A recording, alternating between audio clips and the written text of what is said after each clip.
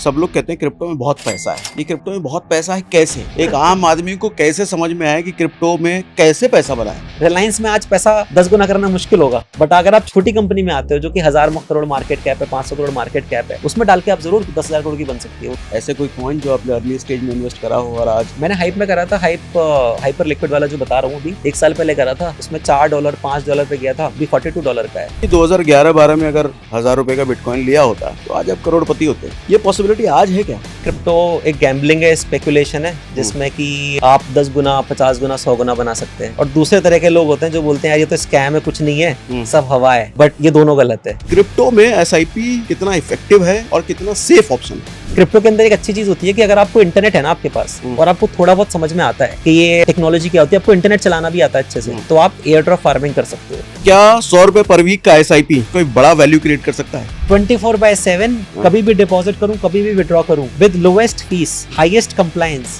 ये सब CoinDesk पे ही मिल सकता है और कोई नहीं मिल सकता। इसीलिए CoinDesk इंडिया का सबसे बड़ा एक्सचेंज है, सबसे ट्रस्टवर्दी और लोग बहुत पसंद करते हैं।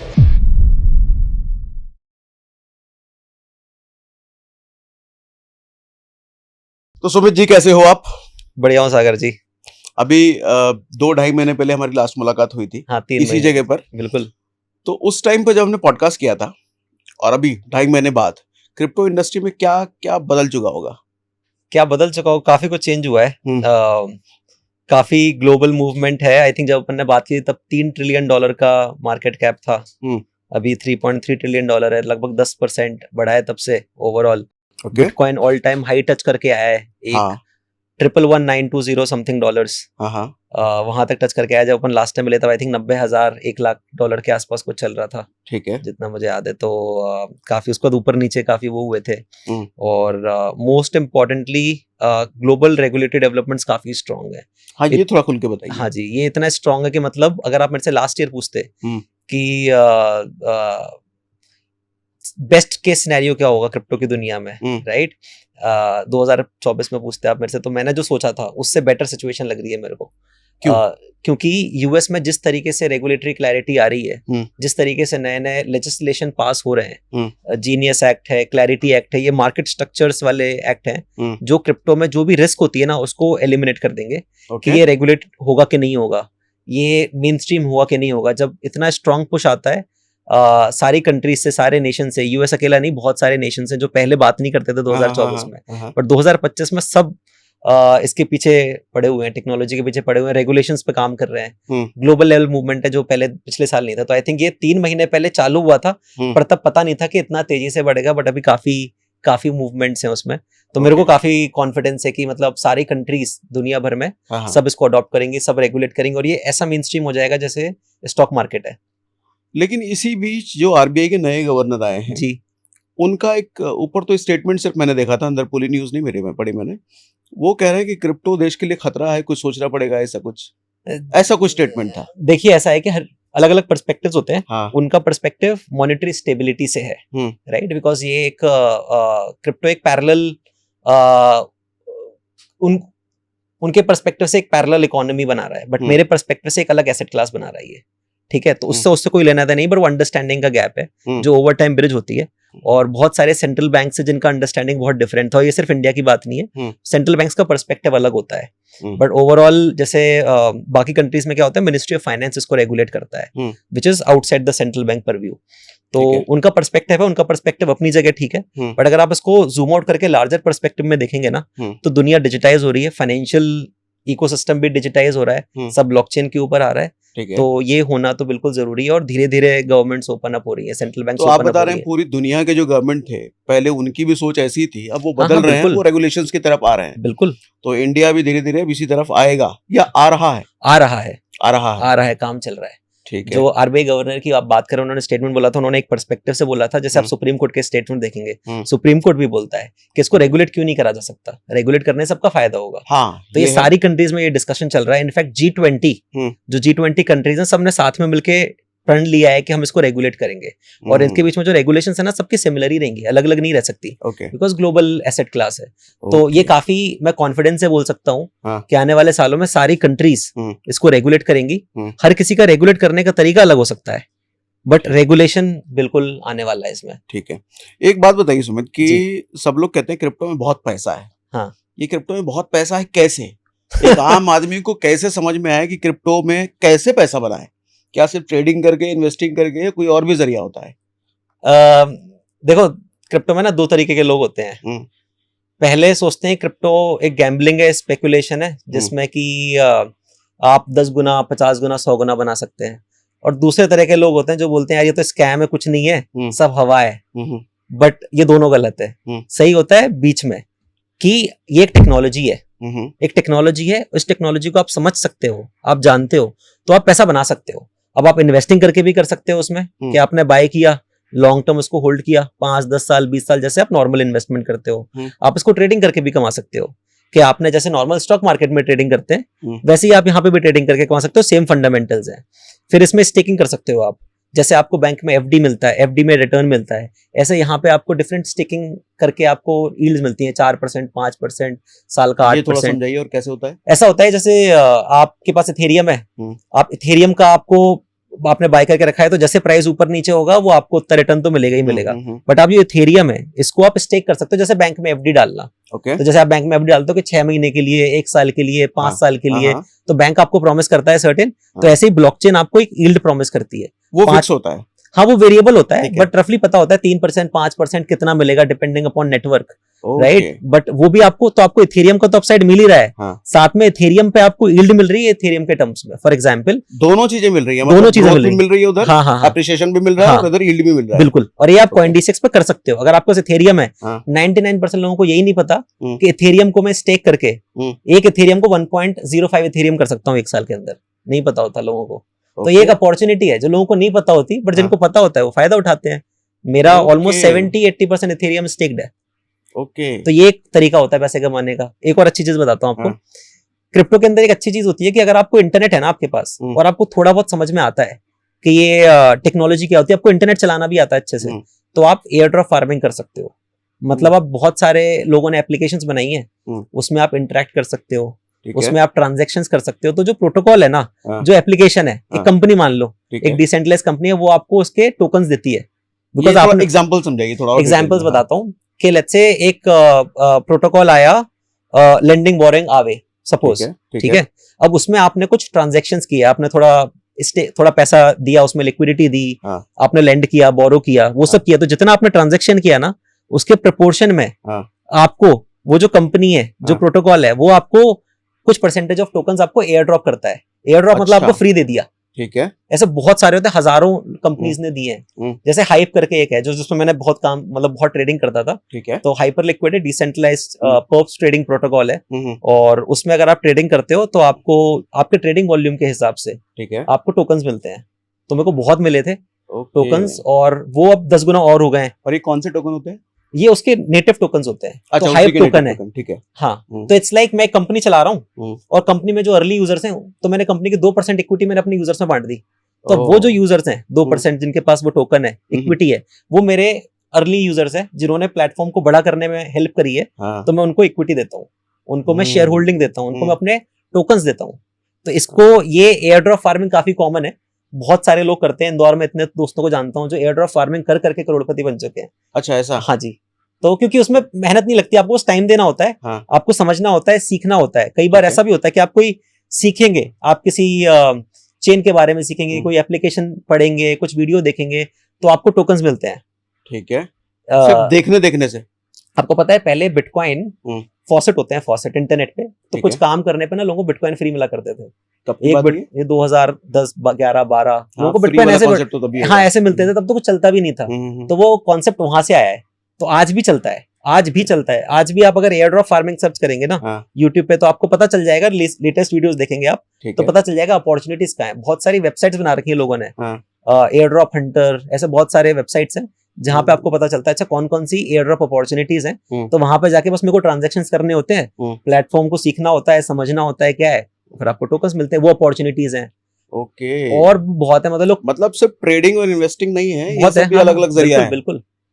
हर चीज है, जैसे कैपिटल मार्केट्स है ना, तो कैपिटल मार्केट्स में बहुत अपॉर्चुनिटीज होती हैं, आप किसी भी तरीके से कर सकते हो। सिमिलरली ट्रेडिंग एक पार्ट है उसका, बट ऐसे बहुत अपॉर्चुनिटीज है जिसमें आप कर सकते हो। अब जैसे इंटरनेट नहीं आया था, तो इंटरनेट नहीं आया तो 100 अपॉर्चुनिटीज खुली, जॉब एम्प्लॉयमेंट अपॉर्चुनिटीज। लोगों ने साइबर कैफे भी खोले, भले वो कुछ टाइम के लिए चले, पर वहां पे भी खुला। गेमिंग स्टूडियो, बहुत सारी चीजें खुलती है हर नई टेक्नोलॉजी के साथ साथ। लोग कंटेंट क्रिएटर्स बने। सिमिलरली इस इंडस्ट्री के अंदर भी बहुत सारी अपॉर्चुनिटीज हैं, बट आपको समझ में आना चाहिए, पता चलना चाहिए क्या क्या तरीके हैं जिससे मैं उसको अपने एम्प्लॉयमेंट की तरह उसको काम में ले सकता हूँ। और फ्रीडम, दुनिया घूमते, बहुत सारे लोग जो दुनिया घूमते हैं और ये काम करते हैं और उनसे एनुअल उनकी पैसिव इनकम बनती रहती है और सेट है।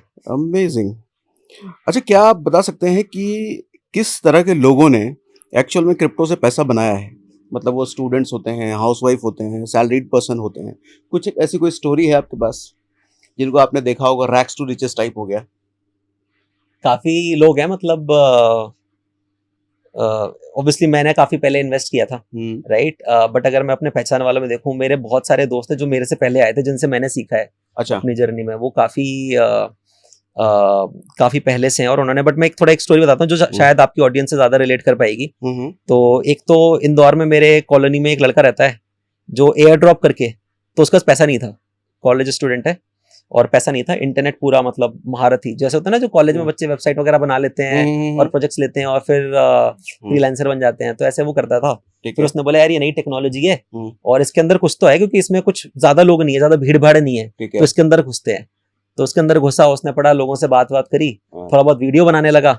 इंटरनेट पे वीडियो बनाने के लिए आपको रिसर्च करनी पड़ती है, सीखना पड़ता है, वो किया। फिर पता चला अच्छा ये सब तो मैं भी कर सकता हूँ, दुनिया को बता रहा हूँ मैं खुद क्यों नहीं करता, वो किया उसने। तो बहुत सारी दुनिया में पता क्या नई नई चीजें क्या आ रही हैं, उसमें ट्रांजैक्शंस करने लगा। फिर फ्री वॉलेट में फ्री टोकन आने लगे, बिकॉज उसने ट्रांजैक्शंस करे हैं। ठीक है, तो ऐसे करते करते पोर्टफोलियो बनाया, खुद से 1 रुपया नहीं लगाया, पोर्टफोलियो बनाया, और पोर्टफोलियो से फिर उसने इन्वेस्टिंग करके, डाइवर्सिफाई करके, जो नया मार्केट में मेटा चल रहा है, ट्रेंड चल रहा है, नया स्टार्टअप आ रहा है इसके अंदर, उसमें पैसा डाला, उससे करके अभी करोड़ों में पोर्टफोलियो उसका। तो ऐसे बहुत सारे लोग होते हैं। एक और केस मेरे सुनने में आया था। एक हाउसवाइफ है, हमारे यूजर्स हैं जो अपने माँ के अकाउंट पे ट्रेड करती हैं। ठीक है, तो उनका छोटा सा बच्चा है, अब वो घर पे क्या करें, तो ऐसी चीज करनी है जो घर पे भी कर सकते हैं और जब फ्री टाइम है तब कर सकते हैं। तो उन्होंने फिर क्रिप्टो में पढ़ना चालू किया। अब यूट्यूब पे वीडियोस देखना कितना मुश्किल है आज के टाइम पे, कभी भी देख सकते हो दिन के 2-3 घंटे। तो उन्होंने क्या, विदाउट एनी बायस, विदाउट एनी ये क्या है क्या नहीं, पढ़ना चालू किया। तो उनको कुछ इन्फॉर्मेशन पता चली जो लोगों को नहीं पता होती है ना, और थोड़ा कॉमन सेंस लगाया तो उनको नॉलेज बिल्डअप होती गई। तो फिर उन्होंने अपना क्रिप्टो के अंदर अपना बेस बनाया, फिर प्रोजेक्ट समझने लगे। जैसे ऐसा होता है कि फॉर एग्जाम्पल आपके पास 2 लड़के आए, 2010 की बात है, 2 लड़के आए कि यार इंटरनेट नया आया है, मैं एक स्टार्टअप कर रहा हूँ जिसमें मैं किताबें ऑनलाइन बेचूंगा। ठीक है, और आपको लगता है कि यार ये इंटरनेट बड़ा होने वाला है और इंटरनेट के ऊपर जो भी चीज बनाओगे उसमें ट्रांजैक्शंस होंगे, तो आपने उसमें पैसा डाल दिया। और आज अगर वो कंपनी फ्लिपकार्ट बनी निकलती है, फ्लिपकार्ट बनती है, तो अच्छा है ना आपके लिए, आप 1000 गुना 2000 5000 गुना रिटर्न्स बना सकते हो। तो सिमिलरली वो क्या करती है लेडी, वो उसमें देखती है कि ऐसा कौन सा नया प्रोजेक्ट आ रहा है क्रिप्टो के अंदर जो बहुत बड़ा बन सकता है। ठीक है, जो बहुत बड़ा बन सकता है, जिसपे नई नई चीजें बनेंगी, जिसपे नए नए बिजनेस बन सकते हैं, तो उसमें फिर वो पैसा डालती हैं। तो ऐसा कोई सोर्स है जहां से आदमी ज्यादा एक्सप्लोर कर सके क्रिप्टो इंडस्ट्री को? जी, कोई ऑथेंटिक सोर्स? हम लोग काफी कंटेंट बनाते हैं जो डिपेंड करता है आपको क्या करना है। फॉर एग्जाम्पल आपको ट्रेडिंग करना है तो ट्रेडिंग के सारे कोर्सेज होते हैं। आपको SIP करना है या आपको इन्वेस्टमेंट करना है, उसके सारे फ्री मटेरियल हमने बना रखे हैं। बट अगर आपको पता लगना है कि दुनिया में क्या चल रहा है, नंबर्स क्या है, तो जैसे मैंने आपको लास्ट टाइम भी बताया था कि इक्विटी मार्केट में क्या होता है ना, क्वार्टरली फाइनेंशियल्स आते हैं कंपनी के। ठीक है, और जो रिलीज होते हैं, कंपनीज रिलीज करती हैं विद सेबी रेगुलेटर। सिमिलरली यहाँ पे क्या होता है ना, यहाँ पे ये सब चीजें ओपन है, पब्लिक है। तो कॉइन ग्लास है, डीफाई लामा है, ऐसी वेबसाइट्स हैं जिसपे आप जाके आपको ना पूरा ब्लॉकचेन की दुनिया में क्या चल रहा है, कौन सी चेन पे कितनी एक्टिविटी है, कितने ट्रांजैक्शंस हो रहे हैं, कौन लोग यूज कर रहे हैं, कौन नहीं कर रहे हैं, कौन ग्रो कर रहा है, कौन सा डिक्लाइन हो रहा है, वो सब पता चलता है। मतलब स्टॉक मार्केट में क्वार्टरली रिजल्ट में पता चलता है, यहाँ पे हमेशा इधर लाइव पता चलता अभी देखना है, अभी देख लो आप। तो ये रियल टाइम है, ये रियल टाइम है और ओपन है और सबके लिए सब इन्फॉर्मेशन बराबर अवेलेबल है। कोई बीच में कोई सेंट्रल पार्टी नहीं है ना, तो हर किसी के लिए बराबर इन्फॉर्मेशन है, तो मेरे को पैसा नहीं देना पड़ता। तो लोग जो इसमें क्यूरियस है वो उसका फायदा उठाते हैं इन्फॉर्मेशन का, और जो बड़े लोग हैं जिनके पास टाइम नहीं होता वो धूल में लठ मार के इन्वेस्टिंग करते हैं। जो समझदार हैं, पढ़े लिखे लोग हैं, वो रिसर्च करके समझ के और अपना कन्विक्शन बना के, अपनी थीसिस बना के उसमें इन्वेस्ट करते हैं और फंडामेंटली स्ट्रांग पे करते हैं। ऐसा नहीं कि स्प्रे एंड प्रे कर दिया, 10-10 हजार रुपए 10 जगह डाल दिया और देखते हैं क्या होता है। वो सही तरीका नहीं होता। रिसर्च करके, पढ़ के, समझ के, तभी तो आप आगे बढ़ोगे ना बाकी लोगों से। जो आपकी probability of success and making returns is much higher अगर आप समझ के पढ़ के करते हो। और वो इन्फॉर्मेशन सारी अवेलेबल है इंटरनेट पे, यूट्यूब पे सब चलता है। 2 रिसोर्सेज हैं अगर आपको देखना है, यूट्यूब पे सर्च करो अगर आपको कोई टॉपिक समझना है, ठीक है, और न्यूज देखना है कि क्या चल रहा है, वो ट्विटर पे काफी चलता है। मतलब मैं पूरा अपना ज्ञान ट्विटर से लेता हूँ। Crypto Twitter is a thing. तो ट्विटर पे सर्च करो आप किसी भी प्रोजेक्ट के बारे में, लोग क्या बोल रहे हैं, क्या लोगों का पॉइंट ऑफ व्यू है, वो सब लोग बताते हैं। ठीक है। अच्छा, कहते भी हैं कि 2011-12 में अगर 1000 रुपए का बिटकॉइन लिया होता तो आज आप करोड़पति होते। ये पॉसिबिलिटी आज है क्या? ऑनेस्टली 2011-12 में बिटकॉइन चल रहा था लगभग 5000 रुपए के आसपास का। 2013 में था $17 का, मतलब उस टाइम पे चल रहा था। और हाँ, इससे कम ही होगा तो करोड़, मतलब अगर आपने उस टाइम पे 1000 रुपए लगाए होते तो आप करोड़पति होते। बट उस टाइम पे बिटकॉइन काफी छोटा था। अब बिटकॉइन में क्या है ना, पिछले 10 सालों के अंदर 10,000% रिटर्न है। ठीक है। अब ये इमेजिन करना, ये एक्सपेक्ट भी करना कि बिटकॉइन से मैं सिर्फ वापस से 1 लाख रुपए लगा करोड़पति बन सकता हूँ। देखो ऑनेस्टली आपको भी पता है, मुझे भी पता है, मुश्किल है। बिकॉज अब वो मेच्योर्ड एसेट क्लास है, बड़ा है, तो रिस्क कम है। रिस्क कम है तो रिटर्न भी आपका कम होगा। तो बिटकॉइन में तो मुश्किल है अगर आपको बहुत मल्टीप्लाई करना है रिटर्न्स। बट सही तरीका जो मेरे को लगता है कि आप आइडेंटिफाई करो कि अच्छे प्रोजेक्ट्स कौन से हैं, फंडामेंटली स्ट्रांग प्रोजेक्ट्स कौन से हैं, उनकी टीम कौन है, टीम की क्रेडिबिलिटी क्या है, वो जो काम कर रहे हैं वो हवा में कर रहे हैं, ये एक्चुअली की टेक्नोलॉजी में कुछ दम है। अगर आप वो समझ पाते हो तो आपको बड़े, जैसे होता है ना कि रिलायंस में आज पैसा 10 गुना करना मुश्किल होगा। बट अगर आप छोटी कंपनी में आते हो जो कि 1000 करोड़ मार्केट कैप है, 500 करोड़ मार्केट कैप है, उसमें डाल के आप जरूर 10,000 करोड़ की बन सकती है, वो 20,000 करोड़ की बन सकती है। तो आपको थोड़ा नीचे आना पड़ेगा, अपनी रिस्क एपेटाइट बढ़ानी पड़ेगी और आपको एक अपना अल्फा बनाना पड़ेगा कि ऐसी क्या चीज है जो मैं समझ सकता हूँ, बाकी लोग नहीं समझ रहे हैं। ठीक है ना? फिर उसमें आप डालोगे तो आप जरूर कर सकते हो, क्योंकि बहुत सारे प्रोजेक्ट्स हैं अभी जो अंडर $10 मिलियन मार्केट कैप है। मार्केट कैप मतलब उस कंपनी की वैल्यूएशन, उस प्रोजेक्ट की वैल्यूएशन, जिसकी 100 करोड़ रुपए से कम वैल्यू है, या 1000 करोड़ रुपए से कम का उसका वैल्यूएशन है प्रोजेक्ट का, जो आपको लगता है 10,000 करोड़ होगा, 1 लाख करोड़ होगा आने वाले 10 सालों में, है ना? वैसा है। तो ऐसे कॉइन्स ढूंढने का टेक्निकल तरीका क्या है? रिसर्च, जैसे मैंने आपको वेबसाइट बताई, वहां पे जाओ, आप फिल्टर करो कि जैसे मैं करता हूँ, फिल्टर करता हूँ कि ऐसे कौन से प्रोजेक्ट्स हैं जिनका market cap let's say $50 million से कम का है। ठीक है। और उसमें देखता हूँ जिनके होल्डर ज्यादा है। होल्डर ज्यादा है मतलब उस टोकन के कितने लोग हैं जो उस टोकन को होल्ड करते हैं। बिकॉज अगर 100 लोग होल्ड करते हैं तो वो काफी सेंट्रलाइज्ड है। और अगर उसके 1 लाख होल्डर्स हैं उस टोकन के, जैसे शेयर होल्डर्स होते हैं कंपनी में, ठीक है, 100 होल्डर्स हैं मतलब कम लोग हैं उसमें। हाँ, कम लोग हैं तो मतलब ज्यादा लोगों तक रीच है, ज्यादा लोग भरोसा करते हैं उस पर। 10,000 लोग हैं तो और ज्यादा करते हैं। 1 लाख लोग हैं मतलब उस टोकन में दम है, इसलिए 1 लाख लोग उस पर भरोसा करते हैं। तो ऐसे फिल्टर लगा लगा के मेरे को लिस्ट मिलती है। उस लिस्ट पे क्लिक करके उस वेबसाइट पे जाकर उसको पढ़ता हूँ, उसके बारे में यूट्यूब पे वीडियोस देखता हूँ, रिसर्च करता हूँ, ट्विटर पे सर्च करता हूँ कि लोग क्या बोल रहे हैं इसके बारे में, और फिर अपनी थीसिस बनाता हूँ। अगर मुझे लगता है हाँ ये चीज बड़ी बनेगी, ठीक है, तो फिर उसमें इन्वेस्ट करता हूँ। और फिर इन्वेस्ट करने के बाद एक ऐसा नहीं कि पूरा डाल दिया, इन्वेस्ट करता हूँ, उसको फॉलो करता हूँ, अपडेट्स क्या हो रहे हैं, उनके फाउंडर्स क्या अपडेट दे रहे हैं ट्विटर पे, ट्रांसपेरेंट है कि नहीं है, उससे फिर कन्विक्शन बिल्ड होता है और फिर डबल डाउन करते हैं उस टोकन पे। ऐसे कोई कॉइन जो आपने अर्ली स्टेज में इन्वेस्ट करा हो और आज? मैंने हाइप में करा था, हाइपर लिक्विड वाला जो बता रहा हूँ अभी, 1 साल पहले करा था। अब एक्चुअली 6-8 महीने हुए हैं, उसमें $4 $5 पे गया था, अभी $42 का है 6 महीने के अंदर। और मैंने बताना कंफर्टेबल होगा आप कितने पैसे डाले थे और आज कितना हो गया? मैंने डाले थे उसमें $40,000 और $40,000। हाँ, $40,000 डाले थे, आज वो $320,000 है 6 महीने के अंदर। तो ये तो मैं आज सुबह ही चेक कर रहा था, मतलब ये। और अभी भी ऐसा नहीं कि मैंने बेचा है उसको, ठीक है, क्यों? क्योंकि मुझे पता है इंटरनल, ये कैसे पता है, ट्विटर पर सारी इन्फॉर्मेशन अवेलेबल होती है, मुझे पता है कि ये फाउंडर्स ना लॉन्ग टर्म के लिए बना रहे हैं, शॉर्ट टर्म नहीं खेल रहे हैं।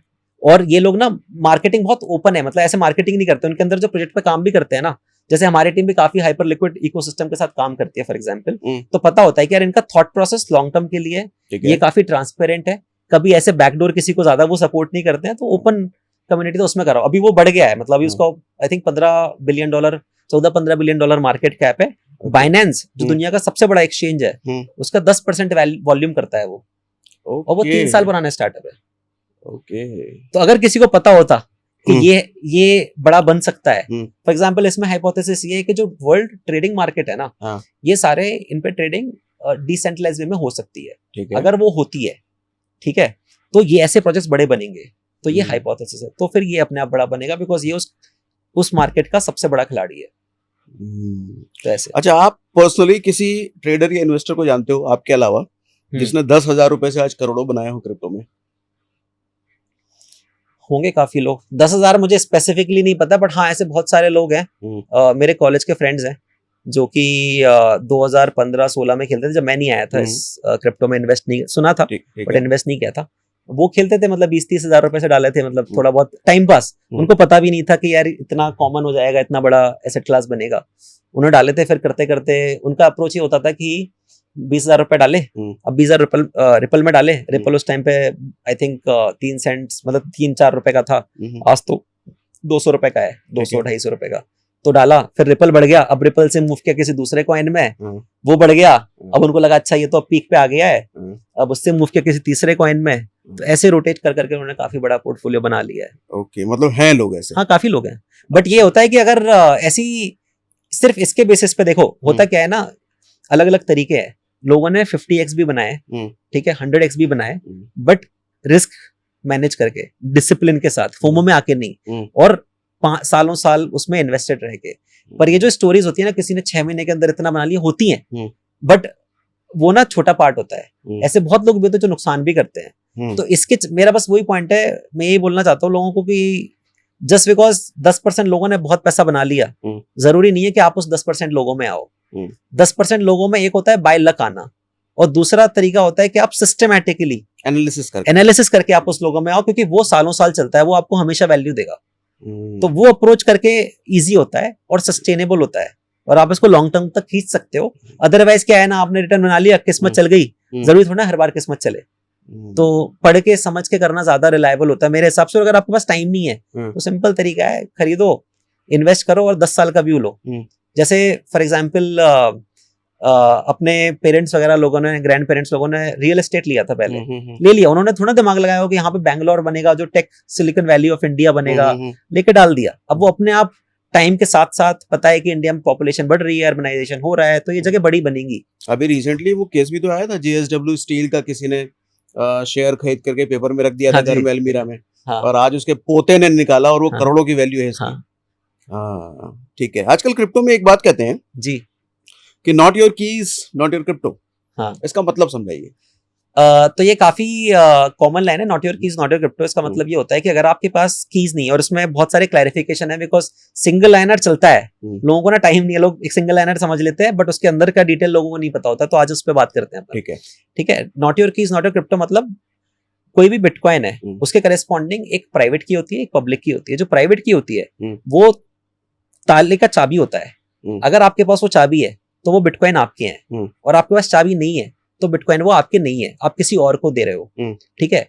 अब ये अपने करंट लैंग्वेज समझते हैं। आपके पास बहुत सारा कैश पड़ा है, आप या वो घर पे रख सकते हो। ठीक है। 1 लाख लोग हैं कॉलोनी में, एक शहर में, वो या तो अपने घर पे रख सकते हैं या फिर वो लॉकर में रख सकते हैं बैंक के। ठीक है। अब क्या हुआ है, बैंक में जो लॉकर में रखा है, बहुत सारे बैंक्स इसमें चले नहीं है, या बैंक्स में चोरी हो गई है। एग्जाम्पल, जैसे क्रिप्टो की दुनिया में एक्सचेंजेस में आपने पैसा रखा है, तो एक्सचेंजेस कई बार हैक हो जाते हैं। ठीक है। कई बार होते हैं जहां पे सिक्योरिटी इतनी टाइट नहीं होती है। ठीक है। तो वो रिस्की होता है। तो लोग बोलते हैं कि अच्छा, अगर आपने लॉकर में रखा है, तो अगर आपके घर में नहीं रखा तो वो रिस्की है, क्योंकि वो उतना सिक्योर नहीं होता है। ठीक है। राइट। एटलीस्ट पहले नहीं था, अब धीरे धीरे सिक्योरिटी बढ़ रही है। तो लोग, इसका मतलब ये है कि आप अपना पैसा अपने घर में रखो। ठीक है। घर में क्या होता है, फिर आपके सारा पैसा एक जगह पार्क नहीं है, तो रिस्क अलग अलग हो जाती है। तो अगर किसी को चोरी भी करना है तो इंडिविजुअल घर में कर सकता है, पर 1 लाख घर को साथ में नहीं कर सकता कोई चोरी। तो ये थोड़ा सेफर तरीका होता है, बिकॉज हर किसी का पैसा अपने फुल कंट्रोल में है। उसका डाउन साइड ये भी होता है कि कई बार आपको नहीं पता कि आपको कीज मैनेज कैसे करनी है। ऐसे बहुत सारे एग्जांपल्स हैं। जिन लोगों ने 2013-14 में कॉलेज की कंप्यूटर लैब में बिटकॉइन माइन किया, क्योंकि उस टाइम पे माइनिंग कॉम्प्लेक्सिटी इतनी नहीं थी, तो लोगों ने कंप्यूटर लैब में जा जाके रात भर माइन करते थे, और बहुत सारे बिटकॉइन आ गए, लैपटॉप में रखा, अब लैपटॉप खराब हो गया और पूरे बिटकॉइन गए। तो कीज उनके पास है, बट अब कीज एक्सेसिबल नहीं है, है ना, तो बिटकॉइन गए। बट अगर आपका पैसा कहीं बाहर होता है या लॉकर में होता और बैंक चल रहा है, तो आपको एटलीस्ट आपका पैसा वहां पे सेफ रहता। तो दोनों के प्रोज एंड कॉन्स होते हैं। डिपेंड करता है आपको समझ में आता है कि नहीं। तो अगर किसी को समझ में आता है वो केस कैसे मैनेज करनी है तो आप बिल्कुल वो यूज कर सकते हो, उसमें आपके पास फुल कंट्रोल है। बट उसका डाउनसाइड ये भी है कि अगर आपने कुछ नुकसान कर दिया है, आपको मैनेज करना नहीं आया केस, तो दुनिया में कोई आपको नहीं पैसा रिकवर करके नहीं दे सकता। Once it's gone forever। तो ये की मैनेज करने का क्या तरीका होता है? मल्टीपल तरीके होते हैं, मतलब बहुत सारे आजकल तो डिवाइसेस आ गए हैं, हार्डवेयर डिवाइसेस, कोल्ड वॉलेट्स बोलते हैं, वार्म वॉलेट्स होते हैं। जैसे एक लेजर नैनो डिवाइस आता है, बहुत कॉमन है। तो लेजर नैनो डिवाइस है, उसमें सॉफ्टवेयर होता है, वो आप कंप्यूटर से प्लग करो या मोबाइल से ब्लूटूथ से कनेक्ट करो, उसमें आप एक्सेस कर सकते हो। इट्स लाइक पेन ड्राइव और hard disk. It's like pen drive only. उसमें ना जब आप खरीदते हो तो उसमें आपको एक वो मिलता है, सीड फ्रेज मिलता है, विच इज लाइक की, ठीक है, ताले की चाबी। तो वो अगर आपने खो दी तो आपके पास वो पूरा गया। ठीक है, तो not your keys not your crypto means चाबी के अंदर पूरी ताकत है। अगर चाबी आप किसी को दे भी नहीं रहे हो, है ना, आपके पास है, अगर आपने संभाल के रखा तो आपके पास ही है। तो जब तक आपने संभाल के रखा उस चाबी को, आपके पैसे को कोई टच नहीं कर सकता, आपके क्रिप्टो को भी टच नहीं कर सकता। ठीक है, बट अगर वो खो गया तो कोई बचा भी नहीं सकता। तो इसके बहुत सारे तरीके हैं, डिफरेंट मैकेनिज्म्स हैं। आप अपना कोल्ड वॉलेट या लेजर वॉलेट में आप स्टोर कर सकते हो, आप ऑनलाइन अपना वॉलेट बना सकते हो। ठीक है, फिर एक सेल्फ कस्टोडियल वॉलेट्स होते हैं, जैसे ऑक्टो वॉलेट एक है, सेल्फ कस्टोडियल वॉलेट है। उसमें आपकी कीज आपके पास होती है, आपके मोबाइल फोन में होती है। है ना, आपके मोबाइल फोन में स्टोर होती है, वो काफी सेफ होता है। वो हमने प्रोडक्ट निकाला था जब ये एक्सचेंजेस में हैक हो रहे थे ना, उन्हें कस्टमर्स को रिक्वायरमेंट है, तो वो हमने बनाया था। वो एक तरीका होता है। आप एक्सचेंजेस पे भी कस्टडी करके रख सकते हो, और एक्सचेंजेस क्या करते हैं, कोल्ड वॉलेट में रखते हैं आपके बिहाफ पे। हाँ जी, हर किसी कस्टमर को नहीं समझ में आता कि कैसे मैनेज करना है, तो वो कहते हैं, वो डेलीगेट करते हैं। जैसे बैंक के लॉकर में डाल दिया कि मुझे नहीं पता मैं अपनी ज्वेलरी कैसे सेफ रखूं, चोरी हो गई तो मेरे घर पे, तो मैं बैंक में दे दिया, क्योंकि बैंक की सिक्योरिटी ज्यादा स्ट्रांग रहेगी एटलीस्ट मेरे घर से, तो ये माना जाता है। तो बैंक संभाल के रहेगा, जब जरूरत होगी तो बैंक से जाके ले आऊंगा। तो ये बैंक आप एक्सचेंज की बात कर रहे हैं? ये एक्सचेंज की बात कर रहा हूँ। अब एक्सचेंज क्या करता है, जैसे बैंक्स अपने बड़े बड़े लॉकर्स में उन्होंने अपने वॉलेट्स बना रखे होते हैं, वैसे सेव करते हैं। ऐसे एक्सचेंजेस भी कोल्ड वॉलेट्स होते हैं। कोल्ड वॉलेट्स मतलब अलग बड़ी बड़ी कंपनीज हैं जिनके पास फिजिकल बड़े बड़े वॉल्ट्स होते हैं, जहां पे सिक्योरिटी गार्ड्स होते हैं, वो वहां, तो उनके सॉफ्टवेयर होते हैं, उसमें यूज कर, वो कोल्ड वॉलेट्स यूज करते हैं। तो एक्सचेंजेस का पैसा मोस्टली वहां पे पार्क होता है। ठीक है, और उसमें भी डाइवर्सिफाइड होता है अलग अलग जगह पे, है ना। तो ऐसे लोगों ने बड़ी बड़ी कंपनीज बना रखी हैं, तो एक्सचेंजेस कोल्ड वॉलेट्स में रखते हैं मोस्टली। तो Coin-D6 अपना मोस्ट ऑफ द फंड्स ऐसी जगह रखता है कोल्ड वॉलेट्स में, जो इंटरनेट से कनेक्टेड ही नहीं है। जब इंटरनेट से कनेक्टेड ही नहीं है, तो कोई हैकर, क्योंकि ये डिजिटल दुनिया है, फिजिकल आके तो नहीं लेके जाएगा। ठीक है, तो डिजिटल हैकिंग होती है आजकल, साइबर। मतलब मैं ये समझना चाह रहा हूँ कि किसी ने Coin-D6 पे जाकर के एक बिटकॉइन अगर खरीदा जी, तो Coin-D6 उस बिटकॉइन को कोल्ड वॉलेट में शिफ्ट कर देगा। हाँ, जिससे यूजर का बिटकॉइन सेफ है। और वो जो सेफ्टी की रिस्पॉन्सिबिलिटी यूजर को समझ में नहीं आता, यूजर तो नया है। तो वो हम उसके बिहाफ पे उसको सिक्योर करते हैं, और उस पर इंश्योरेंस देते हैं, उस पर मल्टी लेयर्स ऑफ प्रोटेक्शन लगाते हैं, है ना। और यूजर को एश्योरेंस देते हैं कि आपके पैसा अगर हमारे पास रखा है तो आपके पैसे को कुछ नहीं होगा, वो हमने इंश्योरेंस ले रखा है अलग से विद दोस कंपनीज। तो ऐसे बहुत सारे प्रोटेक्शन है जिससे यूजर को पीस ऑफ माइंड होता है, कंफर्ट होता है। और हर महीने हम ये जो पूरा कितना यूजर का पैसा है, कितना कंपनी के पास है, ब्लॉकचेन पे आपको पूरा दिखता है, ये हम हर महीने रिलीज करते हैं पब्लिकली, ओपन ट्रांसपेरेंटली रिपोर्ट निकालते हैं, मंथली ट्रांसपेरेंसी रिपोर्ट बोलते हैं। और ये चीजें ना करनी पड़ती है, बिकॉज यूजर को इससे पता चलता है हाँ मेरा पैसा एक ऐसी कंपनी के पास है जो सेफ है, जो इसको मुझे हर महीने ओपनली ट्रांसपेरेंटली बता रहे हैं, इसलिए ट्रस्ट आता है लोगों को। और इसीलिए Coin-D6 इंडिया में सबसे ट्रस्टेड प्लेटफॉर्म है क्रिप्टो बाइंग एंड सेलिंग के लिए। अच्छा सुमित भाई, अभी क्या हुआ, कुछ टाइम पहले हमने क्रिप्टो SIP पर एक वीडियो करा, रेस्पॉन्स ह्यूज आया, लेकिन सवाल भी बहुत आए, लोग कंफ्यूज थे उसमें, ऐसा मुझे लगा। तो मैंने सोचा कि उन सवालों के जवाब मैं दूं, इससे अच्छा किसी ऐसे आदमी से पूछा जाए जो बहुत पुराना और एक्सपर्टीज रखता हो। तो मैंने कहा आपसे अच्छा बेहतर कौन हो सकता है, Coin-D6 जैसा इतना बड़ा प्लेटफॉर्म चला रहे हैं। तो सबसे पहले मेरे को ये बताइए कि स्टॉक मार्केट में SIP देखिए काफी पॉपुलर और पुराना है, लेकिन क्रिप्टो में SIP कितना इफेक्टिव है और कितना सेफ ऑप्शन है? देखिए, जो लोग भी क्रिप्टो में बाहर बैठे हैं और सोच रहे हैं कि मैं कैसे क्रिप्टो में एंटर करूं, तो SIP one of the best product है उन सब लोगों के लिए। और एक्चुअली क्या होता है ना, स्टॉक मार्केट में लोगों को पता होता है कि SIP जैसी चीज एग्जिस्ट करती है, बहुत सारे लोगों को ये भी नहीं पता कि क्रिप्टो में भी SIP जैसी कोई चीज होती है। और ये सिर्फ इन्फॉर्मेशन गैप है, बट होपफुली इस इंटरेक्शन हमने जब वीडियो करा ना, मुझे लगता है शायद जितने हमारे व्यूअर थे उन 10 में से 9 लोगों को नहीं पता था कि क्रिप्टो में भी SIP होता है। एग्जैक्टली इसीलिए ये चीजें लोगों को बताना जरूरी है, बिकॉज बहुत सारे लोग कंफ्यूज होते हैं कि मैं क्रिप्टो में बिटकॉइन में इन्वेस्ट करना तो चाहता हूँ, पर मुझे नहीं पता भी हाई है लो है, किस टाइम पे इन्वेस्ट करूं। चलो पहली बार इन्वेस्ट कर भी दिया, फिर अगली बार कब डालूं, मेरे पास तो टाइम भी नहीं है फॉलो करने का कि मार्केट में क्या चल रहा है। और ये मार्केट इतना वॉलेटाइल है कि एक हफ्ते के अंदर बहुत ऊपर जाता है फिर नीचे जाता है, तो इतनी टेंशन में क्यों लूं। तो कोई ऐसा सिंपल तरीका नहीं है जिससे मैं बिटकॉइन में एक्सपोजर मेरा रहे 2-3%, 5% मेरे पोर्टफोलियो का, पर मुझे टेंशन भी नहीं लेना पड़े। तो एसआईपी उन लोगों के लिए बेस्ट प्रोडक्ट है। कुछ नहीं करना, ऐप के अंदर जाना है, एसआईपी पे क्लिक करना है, अमाउंट डालना है 200 रुपए, 500 रुपए, 200 रुपए से भी चालू कर सकते हो आप। 200 रुपए हफ्ते के डालो और चला के छोड़ दो, और वो अपने आप इन्वेस्ट करता रहेगा, ऑटो डिडक्ट होता रहेगा बैंक से, ऑटो वॉलेट से आपका पैसा ऑटोमेटिकली डिडक्ट होता रहेगा। वॉलेट से या बैंक से? वॉलेट से। अच्छा, वॉलेट से। हाँ, तो आपको वॉलेट में पैसा डाल के रखना वॉलेट में लोड करना पड़ेगा। आपने लेट्स से 10,000 रुपए डाला, आपको पता नहीं कि 10,000 रुपए कब खरीदूं। बहुत लोगों को प्रॉब्लम होती है। मेरे भैया हैं, उनके दोस्त हैं, उनको नहीं पता, वो नहीं फॉलो करते मार्केट, ठीक है, तो उनको लगता है बट मुझे जरूर पैसा डालना है अभी। उनको पता है कि बिटकॉइन बढ़ेगा, बिटकॉइन मेरे लिए लॉन्ग टर्म इन्वेस्टमेंट है, तो वो उनके लिए बहुत प्यारा प्रोडक्ट है उनके लिए, और वो बहुत पसंद करते हैं। One of the best feedback we get is on our SIP product. तो लोग बोलते हैं टेंशन की बात ही नहीं है, मतलब 200 रुपए 500 रुपए जितना भी हफ्ते का डालना है उसमें डालो, गुल्लक में जमा करते जाओ, अपने आप मेरा पोर्टफोलियो बनता जाएगा। टेंशन लेने वाली बात नहीं है कि कब मार्केट ऊपर जा रहा है कब नीचे जा रहा है, बिकॉज वॉलेटाइल मार्केट में ना एसआईपी बहुत अच्छा आपको एवरेज आउट करके देता है, और एवरेजिंग का फायदा तो मिलता है, रुपी कॉस्ट एवरेजिंग का फायदा मिलता है। रुपी टर्म्स में आपकी कॉस्ट एवरेज आउट हो जाती है, तो मार्केट ऊपर जाए नीचे जाए जो भी नॉइज है ना वो सब एवरेज आउट हो जाती है आपकी, आपका पोर्टफोलियो बिल्डअप होता रहता है। और किसी को 5 साल 10 साल का इन्वेस्ट करना है तो भी कोई दिक्कत नहीं है। और बेस्ट पार्ट है आप बाय करके लॉन्ग टर्म इन्वेस्ट करो तो टीडीएस का भी पंगा नहीं है, तो टीडीएस भी नहीं लगता। तो 100 रुपए डाला है, 100 रुपए का 100 रुपए आपको पूरा इन्वेस्ट हो जाएगा। अच्छा, उस वीडियो में कुछ लोगों ने कमेंट में ये पूछा था कि क्रिप्टो एसआईपी अभी कर दें, लेकिन कल को कंपाउंडिंग होकर मेरा कैपिटल बड़ा हो जाए तो निकालने में किसी तरह की डिफिकल्टी आ सकती है? नहीं, एक वन क्लिक तो आप, हाँ वन क्लिक। तो ऐसा होता है कि आपने एसआईपी के अंदर गए, आपने पैसा डाला मान लो 200 रुपए पर एवरी वीक, वो आपके वॉलेट से कट रहा है, ठीक है। आपका पोर्टफोलियो दिखाएगा कि यार मेरा करंट पोर्टफोलियो अभी इतने रुपीस का है, मेरा एवरेज प्राइस इतना है।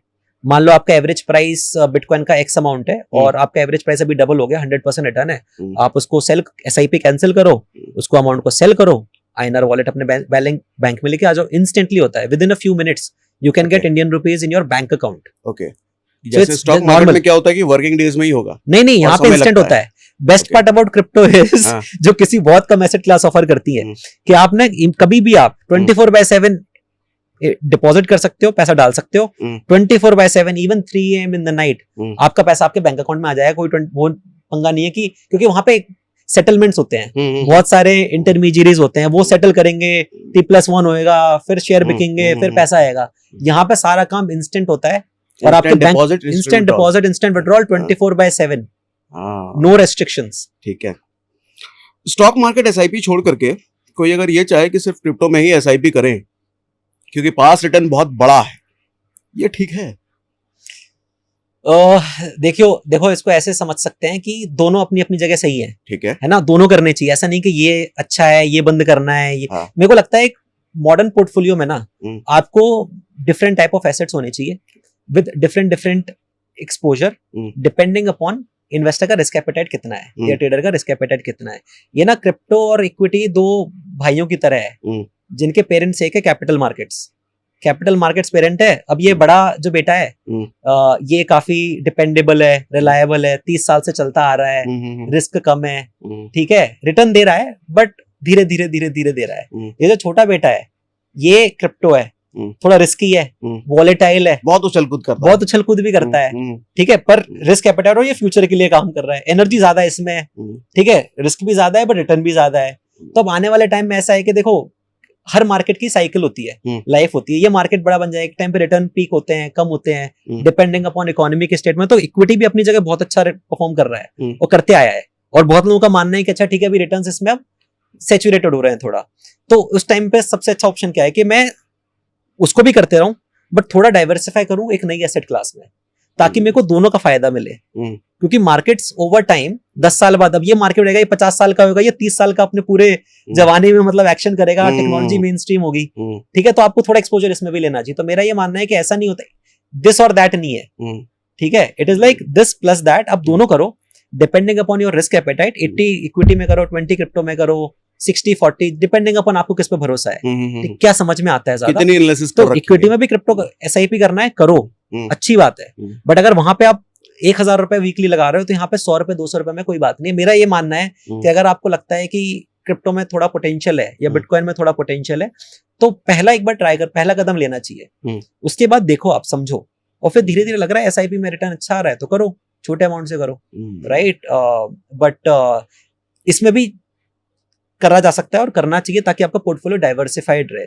और कैसे होता है, सब सेम है एक्सेप्ट क्रिप्टो में एसआईपी बहुत फास्ट होता है, इंस्टेंट होता है, छोटे अमाउंट से भी कर सकते हो, 200 रुपए से भी। और एक जो बात अपन डिस्कस कर रहे थे कि इसमें ना, जैसे आप जरूरी नहीं है आपको बिटकॉइन में ही एसआईपी करना है, आपको लगता है मुझे सोलाना पसंद है, बट सेम चीज सोलाना का मुझे पता नहीं कि प्राइस क्या चल रहा है, अभी सस्ता मिल रहा है, महंगा मिल रहा है, अंडर प्राइस्ड है, ओवर प्राइस्ड है, तो कोई बात नहीं, आपको भरोसा है, आपको लगता है 5 साल बाद ये प्रोजेक्ट बड़ा बनेगा और आपको लगता है कि इसमें टेक्नोलॉजी में दम है, तो आप एसआईपी उसमें भी चालू कर सकते हो। तो सिर्फ बिटकॉइन में स्पेसिफिक नहीं, आप किसी में भी एसआईपी कर सकते हो। ठीक है। और एसआईपी करके आप इस पे स्टेकिंग भी कर सकते हो, तो आपको एसआईपी का भी रिटर्न मिल रहा है, ठीक है, कंपाउंडिंग का भी मिल रहा है, और आपको प्राइस तो एप्रिसिएशन मिल ही रहा है और आपको यील्ड भी मिल रही है, तो आपको ट्रिपल फार्मिंग हो गई। और ये पूरा आप CoinDesk के थ्रू कर सकते हो। ओके।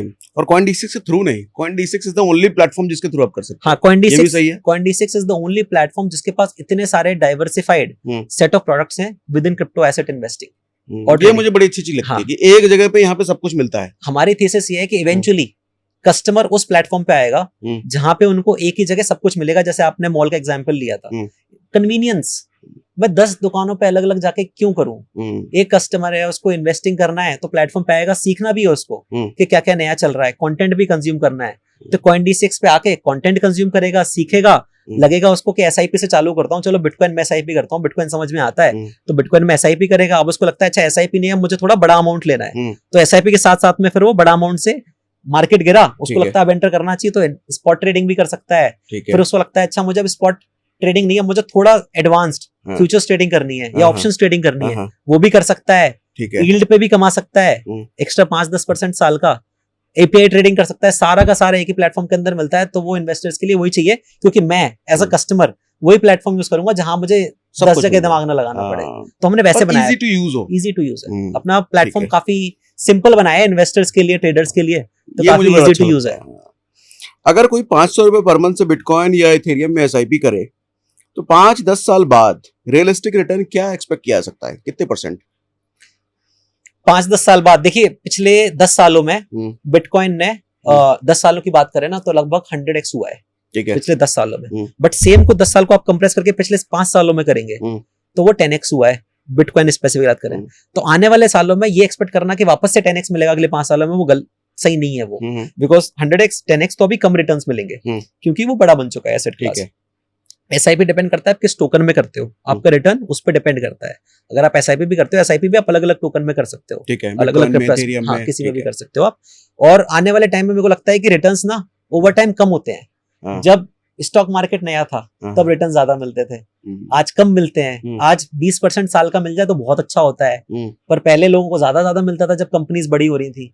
तो मेरे को लगता है कि it's a function of maturity of the market. Crypto market still अभी भी ग्रो कर रहा है, तो इसलिए इसमें रिटर्न्स फिर भी एक्सपेक्ट करना पॉसिबल है मेरे हिसाब से। जो मैंने एक बार कैलकुलेशन करी थी, 42 स्टॉक मार्केट में अगर आपको 20% सालाना रिटर्न मिल जाए compounded over 5-10 years, phenomenal returns, ठीक है, क्योंकि रिस्क कम है और आप डायरेक्टली स्टॉक में इन्वेस्ट कर रहे हो तो रिस्क बढ़ जाती है। म्यूचुअल फंड में रिस्क कम होती है तो रिटर्न भी कम होते हैं।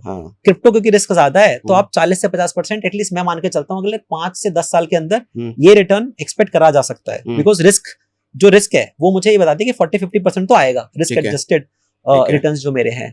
40-50% इज गुड। तो अगर आप इसको कंपाउंड होने देंगे 5-10 सालों तक तो वो अच्छा रिटर्न है, नॉट एज गुड एज जितना पिछले 10 सालों में हुआ था। 40-50 एनुअल 40-50% एनुअल इज क्रिप्टो में लोगों ने बहुत ज्यादा किया है। मैं तो एवरेज बता रहा हूँ, एवरेज है ना, आने वाले 5-10 सालों के लिए, which is एक साल में हमने देखा कि 1000% की ग्रोथ है। It's a function of volatility also ना, जिस मार्केट में जितनी वॉलेटिलिटी है उतना रिटर्न के चांसेस बढ़ जाते हैं। जितना वॉलेटिलिटी कम, एफडी में कोई वॉलेटिलिटी नहीं होती तो मतलब प्रिंसिपल प्रोटेक्टेड है तो रिटर्न भी कम होंगे। जहां पे प्रिंसिपल में वॉलेटिलिटी रहती है वहां पे रिटर्न भी ज्यादा मिलते हैं। मतलब कोई आदमी अगर ये सोचे कि अभी एसआईपी नहीं करेंगे, 5 साल बाद से शुरू करेंगे, तो उसके रिटर्न बहुत कम हो चुके होंगे उस वक्त तक, क्योंकि तब तक लोग और पहले आ गए ना।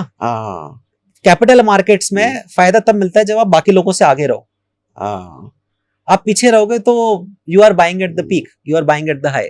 तो आगे रहने वाली बात है अभी दुनिया में 560 मिलियन लोग हैं जिन्होंने क्रिप्टो में आज तक इन्वेस्ट कर रखा है, 560 मिलियन, ठीक है, विच इज रफली 6.8% ऑफ दुनिया की आबादी जितनी है, 6.8% ऑफ पॉपुलेशन। और उसमें अगर आप पॉपुलेशन अब 21 ईयर्स देखेंगे ना तो और कम होगी, राइट? तो ये परसेंटेज बढ़ जाएगा। तो अभी भी ऐसा है कि 10% से कम लोग क्रिप्टो को भी जानते हैं, समझते हैं, उस पर भरोसा करते हैं। मतलब अभी बहुत ज्यादा बाकी है। तो you are not late, but the value is, आपको वैल्यू तब मिलेगी जब आप लोगों से आगे रहोगे।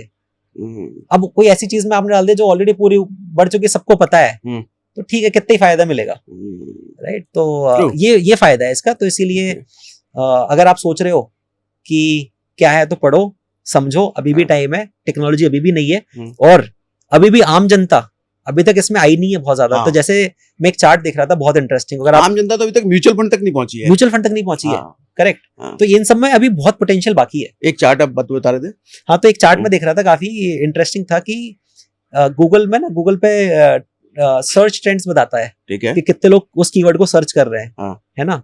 और उससे पता चलता है कि दुनिया क्या बात कर रही है इसके बारे में। तो मैं एक इंटरेस्टिंग ट्रेंड देख रहा था बिटकॉइन सर्चेस के बारे में। तो अभी जो बिटकॉइन की जो रैली आई है, ये सब आम आदमी की वजह से नहीं आई है। अभी जा रहा है स्मार्ट पैसा, इंस्टीट्यूशंस, बड़े बड़े हेज फंड्स, बड़े बड़े फैमिली ऑफिसेस बिटकॉइन में डाल रहे हैं, कंपनीज की ट्रेजरीज डाल रही हैं, माइक्रो स्ट्रेटजी, जो भी स्ट्रेटजी बोलते हैं, मेटा प्लैनेट, बड़ी बड़ी कंपनीज अब बिटकॉइन खरीद रही हैं।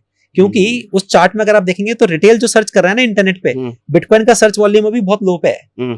तो दैट मींस आम जनता भी आई नहीं है। जब आम जनता आती है तब मार्केट ऊपर बढ़ना चालू होता है ना? तो अभी आम जनता आई नहीं है, तो अभी भी पोटेंशियल है, ऐसा नहीं कि मार्केट पीक आउट किया है, ठीक है? तो मेरा ये मानना है कि आपको हमेशा उस टाइम पे आना चाहिए जब अर्ली हो टेक्नोलॉजी, तब आपको डिस्प्रोपोर्शनल रिटर्न्स मिलता है। स्टार्टअप जब छोटा होता है ना, सीड पे आप पैसा डालोगे ना, सीड कैपिटल सीरीज है, तब रिटर्न ज्यादा बनता है वर्सेस जब वो पब्लिकली लिस्टेड, जब पब्लिकली लिस्टेड होती है ना कंपनी, तब तक तो पूरा रिटर्न उसका बहुत ज्यादा चला जा चुका होता है। ट्रू। ब्लैक रॉक के पास कितने बिटकॉइंस है? ब्लैक रॉक तो ओवरऑल बिटकॉइन का ETF आया था, उसमें भी $132 बिलियन, $132 बिलियन बिटकॉइन ETF में है अभी। उसमें ब्लैक रॉक के पास रफली 70 है, 65-70 बिलियन डॉलर्स, रफली हाफ ऑफ दैट, 70 बिलियन। या 70 बिलियन। कहीं तो रिपोर्ट पढ़ रहा था कि शायद 7,000 करोड़ के बिटकॉइन वो मंथली ऐड करते हैं अपने पोर्टफोलियो में। बिल्कुल कर सकते हैं। 7,000 करोड़ कितना हुआ? $1 बिलियन। 1 बिलियन, ज्यादा, इससे ज्यादा करते होंगे, इससे ज्यादा करते होंगे मंथली अगर आप बोलो तो। तो 7,000 या 75,000 करोड़ तो ऐसे कुछ था। Bitcoin ETF is the most successful ETF ever. Black rock ने भी एक्सपेक्ट नहीं किया था कि यार हमारा इतना चलेगा ये ETF, क्योंकि जनता की डिमांड इतनी है। टॉप 5 में आ चुका है। हाँ जी। ये इंडिया में कब से बिटकॉइन प्रोबेबिलिटी है? बिटकॉइन अगर आप एसेट देखेंगे ना, तो जितने भी बड़े बड़े एसेट्स हैं, बड़े गोल्ड नंबर 1 पे आता है, बिटकॉइन टॉप 5 टॉप 6 पे चल रहा है अभी। तो ये कोई छोटी बात नहीं है, 15 साल पुराना एसेट, राइट? 2008, 17 साल पुराना एसेट अभी टॉप 5 एसेट्स में है। मतलब इट्स अ वैलिडेशन कि अभी टाइम पास नहीं है, कोई हॉबी नहीं है, it is a serious asset class. Coin DCX के जरिए या इंडियंस के लिए कब पॉसिबल होगा बिटकॉइन ETF में इन्वेस्ट करना? बिटकॉइन ETF में नहीं, आप बिटकॉइन डायरेक्टली करो ना। सॉरी, क्रिप्टो ETF जो आप बात कर रहे थे। हाँ जी, क्रिप्टो ETF इंडिया में भी नहीं है, एक्सेसिबल नहीं है। आप डायरेक्टली बिटकॉइन में आप एक्सपोजर ले सकते हो, ETF में भी लेना मुश्किल है लोगों के लिए। ठीक है, तो कॉइन DCX के जरिए बाहर US में चलता है, फ्यूचर में आएगा, फ्यूचर में आएगा, हम भी ट्राई करेंगे लाने का अपने ऑडियंस यूजर्स के लिए, बट अभी ETFs है नहीं इसमें इंडिया में। बट इंडिया में डायरेक्टली आप स्पॉट में खरीद सकते हो, which is like you are actually holding the asset itself. और वो नहीं कर सकते। गोल्ड घर पे रखो ना, गोल्ड घर पे रखने की अलग बात होती है, गोल्ड ETF में डालने की अलग बात होती है। हाँ, वो फील आता है छूने वाला, बट इसमें वो छूने वाला फील नहीं आता, इसमें छू नहीं सकते। ठीक है, क्या crypto SIP long term wealth creation का एक स्ट्रॉन्ग टूल बन सकता है, खासकर अपने जेनजी के लिए? हाँ जी, बिल्कुल। मेरे को लगता है कि जिन लोगों को इसमें फुल टाइम ट्रेडिंग नहीं करनी है, जो ट्रेडिंग करनी है उनके लिए अलग अपने ट्रेडिंग मैकेनिक्स है, और जिनको फुल टाइम ट्रेडिंग नहीं करनी है, उनको पैसिव रिटर्न्स कमाने, इन्वेस्ट करना है, उनके लिए SIP बहुत अच्छा प्रोडक्ट है, बहुत अच्छा टूल है कि पैसा डालो, थोड़ा थोड़ा ऐड करते जाओ, एंड देन अपना पोर्टफोलियो कॉर्पस बिल्ड करो, और उसको होने दो 5 साल 10 साल तक। तो मैं तो बोलता हूँ, मैं तो बहुत सारे मेरे रिलेटिव्स, फैमिली मेंबर सब SIP करते हैं, क्योंकि उनको नहीं पता। मैं इसमें इतना टाइम देता हूँ, दिन में 8 घंटे देता हूँ, पर वो मैं करता हूँ क्योंकि मेरा काम ही है। हर किसी के पास तो बहुत सारी चीजें हैं ना लाइफ में, कितने टाइम देंगे? 10-15 मिनट भी देना मुश्किल होता है आजकल, है ना? तो इसलिए SIP उन लोगों के लिए काफी, जो लोग बिजी हैं, जिनके पास टाइम नहीं होता, ऐसे भी बहुत अच्छा प्रोडक्ट है। अच्छा, एक बात बताइए, जब SIP के जरिए कोई मान लो बिटकॉइन में SIP कर रहा है, तो फ्रैक्शनल्स में वो बाय कर रहा है जी। जैसा आपने बताया कि एक्सचेंजेस भी कोल्ड वॉलेट में, कॉइन DCX कोल्ड वॉलेट में रखता है, तो SIP के जरिए जो छोटा छोटा पैसा जा रहा है, वो बिटकॉइन में जो जा रहा है वो किधर है, एक्सचेंज पर है, कोल्ड वॉलेट में है? एक्सचेंज, आप एक्सचेंज पे खरीदते हो, एक्सचेंज पे जो एसेट्स होते हैं वो कोल्ड वॉलेट में स्टोर्ड होते हैं। तो आपने खरीदा, तो जैसे मान लो कस्टमर्स ने नया परचेज किया, तो उसका जो कस्टडी है वो कोल्ड वॉलेट में होता है, वो सेटलमेंट मैकेनिज्म है, मतलब वहां पे पार्क्ड होता है। ठीक है, यहाँ पे लोग बाय सेल कर रहे हैं विद समवन, फॉर एग्जांपल आपने बेचा, ठीक है, मैंने खरीदा, पर एसेट तो वहाँ कोल्ड वॉलेट में ही पड़ा हुआ है। अच्छा, कुल मिला के पूछना ही चाह रहा हूँ कि एसआईपी सेफ है ना? एसआईपी सेफ है, क्रिप्टो एसआईपी। एसआईपी जैसे आप स्पॉट बाइंग सेलिंग करते हैं ना, एसआईपी सेफ्टी के मामले में सब बराबर इक्वली सेफ है। ठीक है, बस प्रोडक्ट में इन्वेस्ट, मार्केट में इन्वेस्ट करने के तरीके अलग है। स्पॉट में आप डिसाइड करते हो मुझे किस प्राइस पे कब खरीदना है, एसआईपी में आप एक स्ट्रेटजी, आपकी स्ट्रेटजी है कि वीकली मुझे एक्स अमाउंट डालना है और वो अपने आप चलती रहती है पीछे। ये अंतर है, बाकी सेफ्टी के मामले में सब सेम लेवल पे ऑपरेट करते हैं। ठीक है। अच्छा, CoinDesk में एसआईपी ऑप्शन लेने का आइडिया कैसे आया आपको? कोई नहीं दे रहा यार, ये हमारी प्रॉब्लम थी। मतलब मैं जब लोगों से बात करता था, बहुत सारे इवेंट्स में जाते थे, तो लोग बोलते थे यार पैसा मतलब बिटकॉइन में पैसा लगाना है, अभी अच्छा टाइम है क्या, अच्छा टाइम है क्या, कब डालना चाहिए? सबसे कॉमन क्वेश्चन होता है। उनको लगता है अच्छा सुमित को पता होगा मार्केट ऊपर नीचे, भाई मेरे को पता होता तो मैं सारे खरीद के नहीं रख लेता, राइट? तो मुझे भी नहीं पता, बट मेरा एक व्यू होता है तो उस हिसाब से मैं करता हूँ। बट लोगों को नहीं पता होता कि मार्केट में कब एंटर करना है, कितना पैसा डालना है, कब डालना है, कितने टोकन्स में डालना है। वो बहुत कॉमन सवाल होता है। पहला सवाल ये सबसे होता है कि यार मैं कब एंटर करूं मार्केट में, तो उसके लिए सबसे सिंगल आंसर है ज्यादा टेंशन एसआईपी करो। कब करना है नहीं करना, हाँ, तो मेरे को लगा लाख दुखों की एक दवा, एसआईपी करके टेंशन फ्री होके आप अपना बिटकॉइन में इन्वेस्ट कर सकते हो। और वो लगा यार, मैंने कहा ये तो ऑब्वियस प्रोडक्ट है, होना चाहिए, और बहुत लोगों ने बनाया भी नहीं था। तो हमने कहा अच्छा ये बनाते हैं। तो एक हफ्ते के अंदर टीम ने प्रोडक्ट लॉन्च कर दिया, और अब ऐप के अंदर जाओगे सबसे ऊपर, CoinDesk ऐप पे सबसे ऊपर आपको सेंटर में एसआईपी बटन दिखेगा, उस पर जाके सिंगल क्लिक में होता है, क्लिक किया, सिंपल प्रोडक्ट। ठीक है। क्या 100 रुपए पर वीक का एसआईपी कोई बड़ा वैल्यू क्रिएट कर सकता है? डिपेंड करता है बड़ा कितना, मतलब बड़ा मतलब कितना, करोड़पति करोड़पति तो पता नहीं 100 रुपए से कितना पॉसिबल है, बट हाँ धीरे धीरे आपको एक्सपोजर बढ़ाना पड़ेगा। मिनिमम अमाउंट 200 रुपए होता है CoinDesk में, 200 रुपए से आप चालू कर सकते हो। ठीक है, 200 रुपए से आपको लग रहे हो, मतलब डिपेंड करता है आप जितना पैसा डाल रहे हो मल्टीप्लाइड बाय कितना रिटर्न दे रहा है वो एसेट, उसके प्रोपोर्शन में होता है। अब करोड़ रुपए बन सकता है, बट उसमें सालों साल 10 20 30 40 साल आपको होल्ड करना पड़ेगा।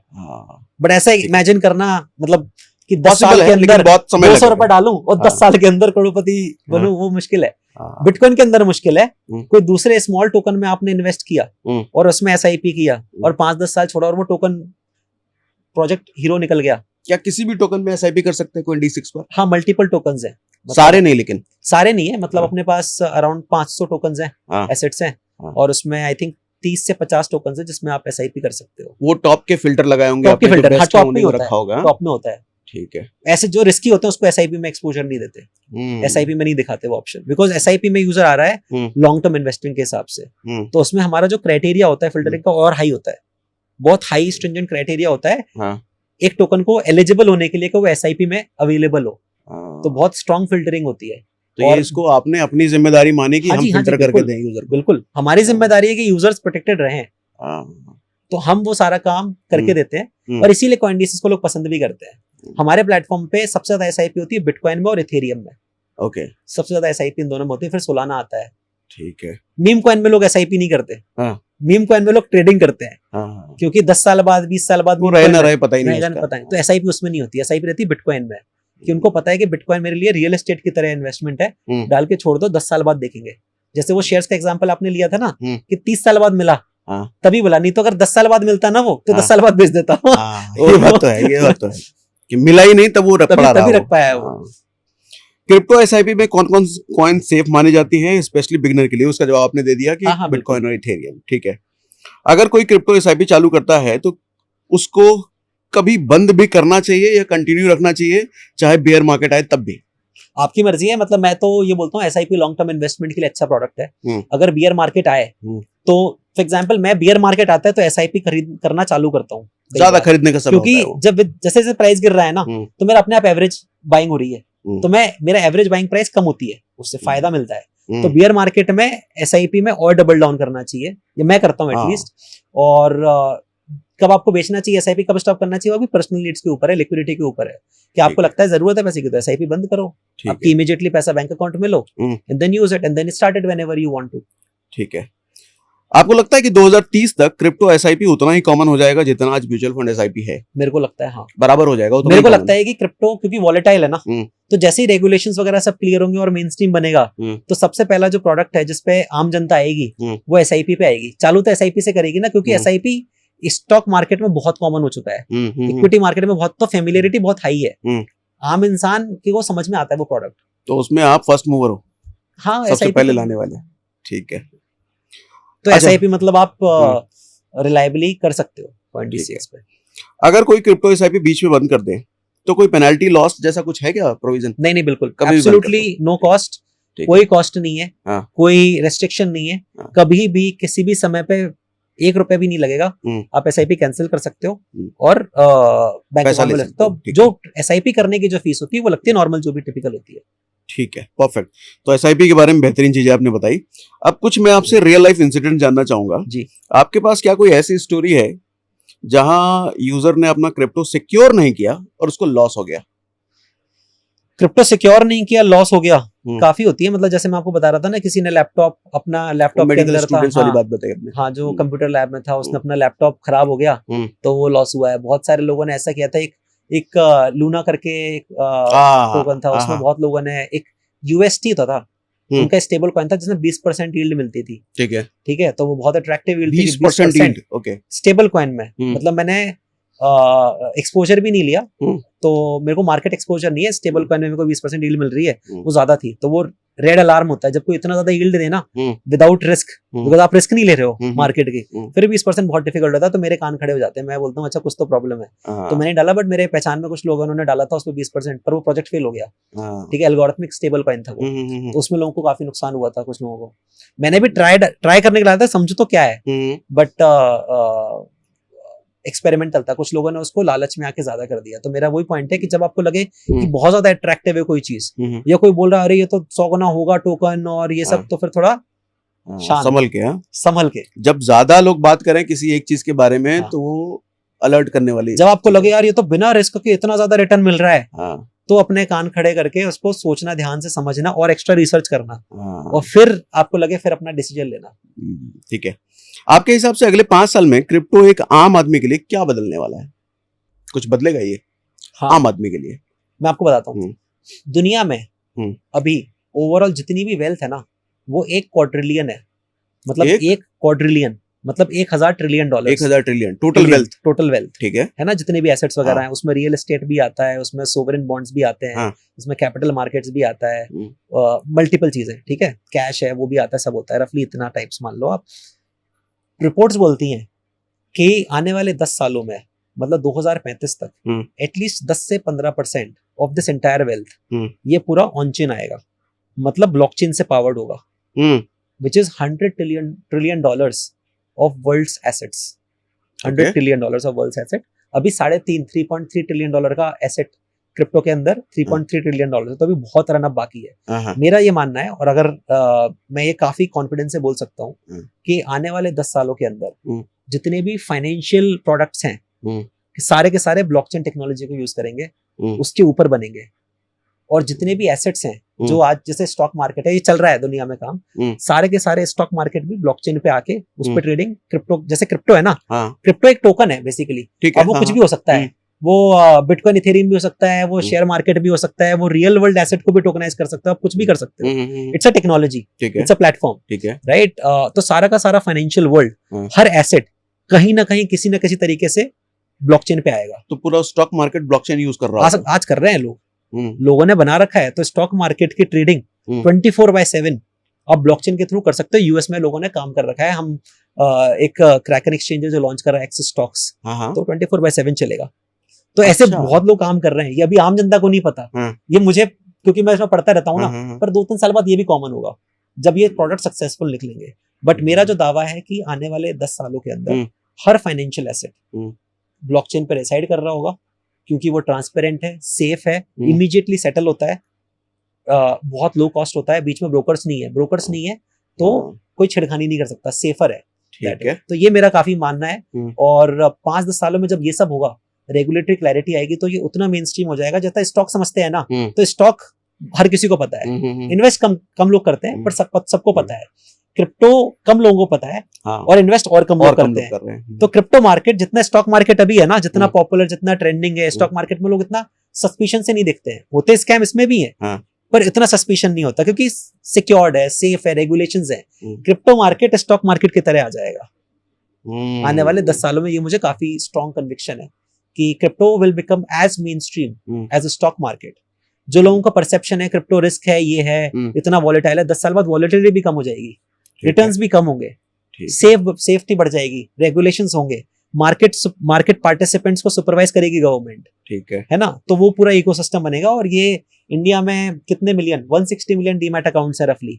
इंडिया में कितने क्रिप्टो इन्वेस्टर? रफली 40 million, one third of stock market India में क्रिप्टो में लोग ऑलरेडी हैं इतने, ठीक है। मार्केट में डेटा अलग अलग जो फैलता रहता है वो सब गलत है। रफली 35 से 40 मिलियन लोग हैं। 20 मिलियन CoinDesk के पास है because we are the largest one. तो 40 मिलियन में 20 मिलियन अकेला CoinDesk के पास है। बट बहुत सारे कॉमन भी है ना, हमारे पास भी है, कोई दूसरे CoinSwitch के पास भी है, कुछ दूसरे प्लेटफॉर्म्स के पास भी है कॉमन। तो एक यूजर के पास मल्टीपल अकाउंट्स होते हैं, बट रफली 35 से 40 मिलियन अकाउंट्स हैं। तो अभी 1/4 है ये स्टॉक मार्केट के बराबर, या उससे आगे निकल जाएगा आने वाले कुछ सालों में। ये मेरे को लगता है सिर्फ जो चीज बची, अगर गवर्नमेंट ने बोल दिया ना कि यार अब हम इसको अलाउ कर रहे हैं और टैक्स कम कर रहे हैं, बस तो फाड़ देगा ये। हाँ बट आपको उससे पहले रहना है क्योंकि तब तो कॉमन हो जाएगा, तब वैल्यू चली जाएगी, तब रिस्क कम हो जाएगी, तो रिटर्न भी कम होगा। जितने ज्यादा लोग आ गए तो फिर तो कम हो जाएगा, ठीक है। क्या CoinDesk के किसी यूजर की जर्नी ऐसी रही जिसने क्रिप्टो के थ्रू अपनी लाइफ बदली हो, घर लिया हो, फैमिली का लोन चुकाया हो? ऐसा कोई स्टोरी आपने देखा है क्या? हाँ, मैंने I think I don't know यहाँ पे शेयर किया था, बट हमारे यहाँ पे एक यूजर है, 19 साल का था और कॉलेज में पढ़ता था। वो हेवी स्टूडियस, पूरा इंटरनेट की दुनिया, जैसे गेमर लोग होते हैं ना, दिन भर बैठे रहते हैं कंप्यूटर के सामने, तो वैसे ही वो मैं मिला उससे 1 साल पहले मिला था रफली। तो 19 साल में 2020-21 में चालू किया था उसने पढ़ना, और उसको काफी मजा आया। और आज उसकी नेटवर्थ क्रिप्टो में 100 करोड़ से ऊपर है। 100 करोड़ से ऊपर? हाँ, 100 करोड़ से ऊपर है। स्टूडेंट था 23 साल का है अभी, 23-24 साल का है। और हमारा one of the top 10 user है प्लेटफॉर्म का। और उसने पढ़ के, सीख के, खुद के दम पे, ठीक है, इतना बड़ा पोर्टफोलियो बनाया है। क्यों? क्योंकि उसने मेहनत करी है, उसने समझ में आता है उसको, भावनाओं में नहीं बहा वो। और उसने सही तरीके से सिस्टमैटिकली पढ़ के, मार्केट की साइकिल देख के, क्योंकि मार्केट साइकिल पे भी काफी डिपेंड करता है। अगर मार्केट एक बियर मार्केट है तो आप कितना भी वो कर लो, मार्केट फ्लैट है तो आप कैसे रिटर्न कमाओगे? तो सही टाइम पे 2020-21 में मार्केट भागा था, तो उस टाइम पे उसने काफी अच्छा रिटर्न किया, काफी अच्छा रिटर्न लिया। फिर उस रिटर्न को सेल करके जब मार्केट बियर गया तो तब उस टाइम पे खरीदा उसने, पोर्टफोलियो कॉर्पस बनाया, और मार्केट बिटकॉइन 1,10,000 का चल रहा है, तो काफी प्रॉफिट में है वो। तो लोग काफी ऐसा वो करते हैं, वो फाइनेंशियली फ्री है, उसको, उसकी पूरी फैमिली को, उसके पूरे जनरेशन को सोचने की जरूरत नहीं है। ठीक है, आपके अकॉर्डिंग इंडिया का कौन सा ऐसा शहर या स्टेट है जहां से क्रिप्टो के इन्वेस्टर सबसे ज्यादा हैं? जहां क्रिप्टो के इन्वेस्टर सबसे ज्यादा हैं, हमारे प्लेटफॉर्म पे दिल्ली से काफी इन्वेस्टर्स हैं। सबसे पहले बड़े शहर जो है ना, टियर 1 सिटीज, हमारा 40-50% पूल वहां से आता है, क्योंकि वो लोग ज्यादा एजुकेटेड होते हैं, उनका एक्सपोजर ज्यादा होता है दुनिया में नई टेक्नोलॉजीज के प्रति, वो ज्यादा वहां पे ज्यादा हमें इंटरेस्ट देखने को मिलता है। दूसरा हमें जो मिलता है साउथ ऑफ इंडिया से ज्यादा देखने को मिलता है, क्योंकि साउथ ऑफ इंडिया में लिटरेसी रेट ज्यादा है। तो ये टेक्नोलॉजी फर्स्ट एसेट क्लास है ना, टेक्नोलॉजी फर्स्ट है। अब बहुत सारे लोग होते हैं जिनको टच एंड फील करना है, बट टेक्नोलॉजी वाले समझते हैं कि यार बहुत ज्यादा आजकल वैल्यू ना सब डिजिटली चल रही है, तो उनको पता है कि दुनिया कहाँ जा रही है, समझ में आता है, थोड़ा भरोसा ज्यादा करते हैं टेक्नोलॉजी पे, लिटरेसी रेट हाई है। टॉप 10 दुनिया की जो कंपनी है वो सारी टेक्नोलॉजी वाली है, सारी टेक्नोलॉजी कंपनीज है, मोस्ट ऑफ देम, राइट। तो जहां पे भी टेक्नोलॉजी का अडॉप्शन और अवेयरनेस ज्यादा होती है ना, वहां पे हमें ज्यादा अडॉप्शन देखने को मिलता है, बिटकॉइन और क्रिप्टो इन्वेस्टिंग में पर्टिकुलरली। और दूसरा जहां पे एक्सपोजर ज्यादा होता है, जहां पे बड़े बड़े शहरों में हो गया, वहां पे ज्यादा होता है। अब हम जो ट्रेंड देख रहे हैं by the way is Gujarat हो गया, या दिल्ली, मुंबई, जहां पे स्टॉक मार्केट के इन्वेस्टर्स ज्यादा बड़े हैं, क्योंकि स्टॉक मार्केट सबसे ज्यादा लोग हैं, वहां से पलायन हो रहा है, कस्टमर्स आ रहे हैं, समझ रहे हैं, देख रहे हैं कि अच्छा ठीक है, मैं स्टॉक मार्केट में तो मेरा एक अमाउंट डला हुआ है पोर्टफोलियो का, मैं थोड़ा क्रिप्टो में भी बढ़ाता हूँ, क्योंकि पहले उनको डाउट था, अब लोगों को समझ में आ गया कि भाई अब जब यूएस किसी चीज पे उतरता है ना, तो हमें घुस जाना चाहिए, क्योंकि यूएस टेक्नोलॉजी में काफी आगे है, R&D में काफी आगे है, AI में देखो आप, ब्लॉकचेन में देखो, क्रिप्टो में देखो, स्पेस टेक्नोलॉजी में देखो, हाँ हाँ यूएस काफी आगे है। तो यूएस जब, क्योंकि वहां पे काफी इन्वेस्टमेंट भी होता है टेक्नोलॉजी में, तो जब यूएस इसमें उतरता है और जब यूएस इसके अंदर रेगुलेशंस पे काम करता है, तो दैट मींस कि वो मेन स्ट्रीम होगा। तो जो पढ़े लिखे लोग हैं वो समय से पहले रहना चाहते हैं और उसमें फिर एक्सपोजर ले रहे हैं धीरे धीरे। बहुत सारे लोग जो पहले फेंस पे थे, कंफ्यूज होते थे कि यार मैं करूं कि नहीं, क्या पता गवर्नमेंट ने बंद कर दिया। अब उनको भरोसा है कि यार गवर्नमेंट अब बंद तो नहीं कर सकती, क्योंकि दुनिया इसको अडॉप्ट कर रही है, तो इंडिया में भी अडॉप्ट करना पड़ेगा। बिहार उत्तर प्रदेश के लोग करते हैं क्रिप्टो में इन्वेस्ट? स्पेसिफिकली मुझे नहीं पता, बट हाँ वहाँ पे टियर 2 टियर 3 सिटी से काफी इन्वेस्टर्स हैं हमारे। अब बूम कर रहा होगा। हाँ, बूम कर रहा है। ठीक है। 2020-21 में काफी आए थे, जब डॉज और शिबा इनू वाला वो चला था ना, तब उस टाइम पे काफी लोग आते थे।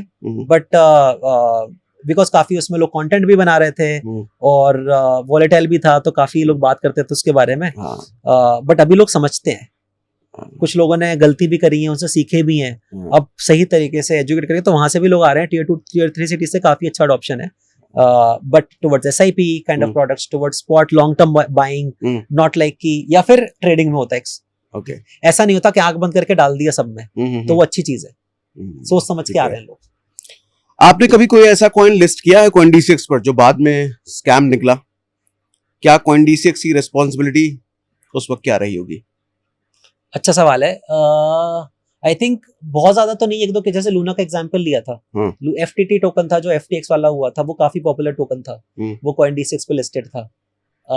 बट हमारा क्या होता है, हम ना अलर्ट डाल देते हैं जब भी हमें लगता है, क्योंकि हमारी रिसर्च टीम है जिसको पता होता है दुनिया में क्या चल रहा है। जब भी रिस्की होता है तो हम अपने प्लेटफॉर्म के अंदर डालते हैं कि हमारे कस्टमर्स को पहले पता चले, तो हम अपने कस्टमर को इन्फॉर्म करते हैं। हम उनके बिहाफ पे एक्शन ले नहीं सकते, we are not allowed to, but we can inform and educate our customers. तो जब भी ऐसा कुछ होता है तो हम एजुकेशन टूल्स के थ्रू, वीडियो के थ्रू, ऐप में नोटिफिकेशंस के थ्रू उनको अवेयर कराते हैं कि देखो ये है, एंड अकॉर्डिंगली आप अपने रिस्क मैनेज करो। ओके, तो ऐसे एक दो बार हुआ होगा, but not very common, because हमारे फिल्टरिंग क्राइटेरियाज काफी होते हैं। आप पर्सनली डॉज कॉइन, सीबा जैसे मीम कॉइन को कितना सीरियसली लेते हो, या सिर्फ ये ट्रैफिक खींचने का टूल है? मैं पर्सनली इतना ज्यादा नहीं लेता, मेरे को लगता है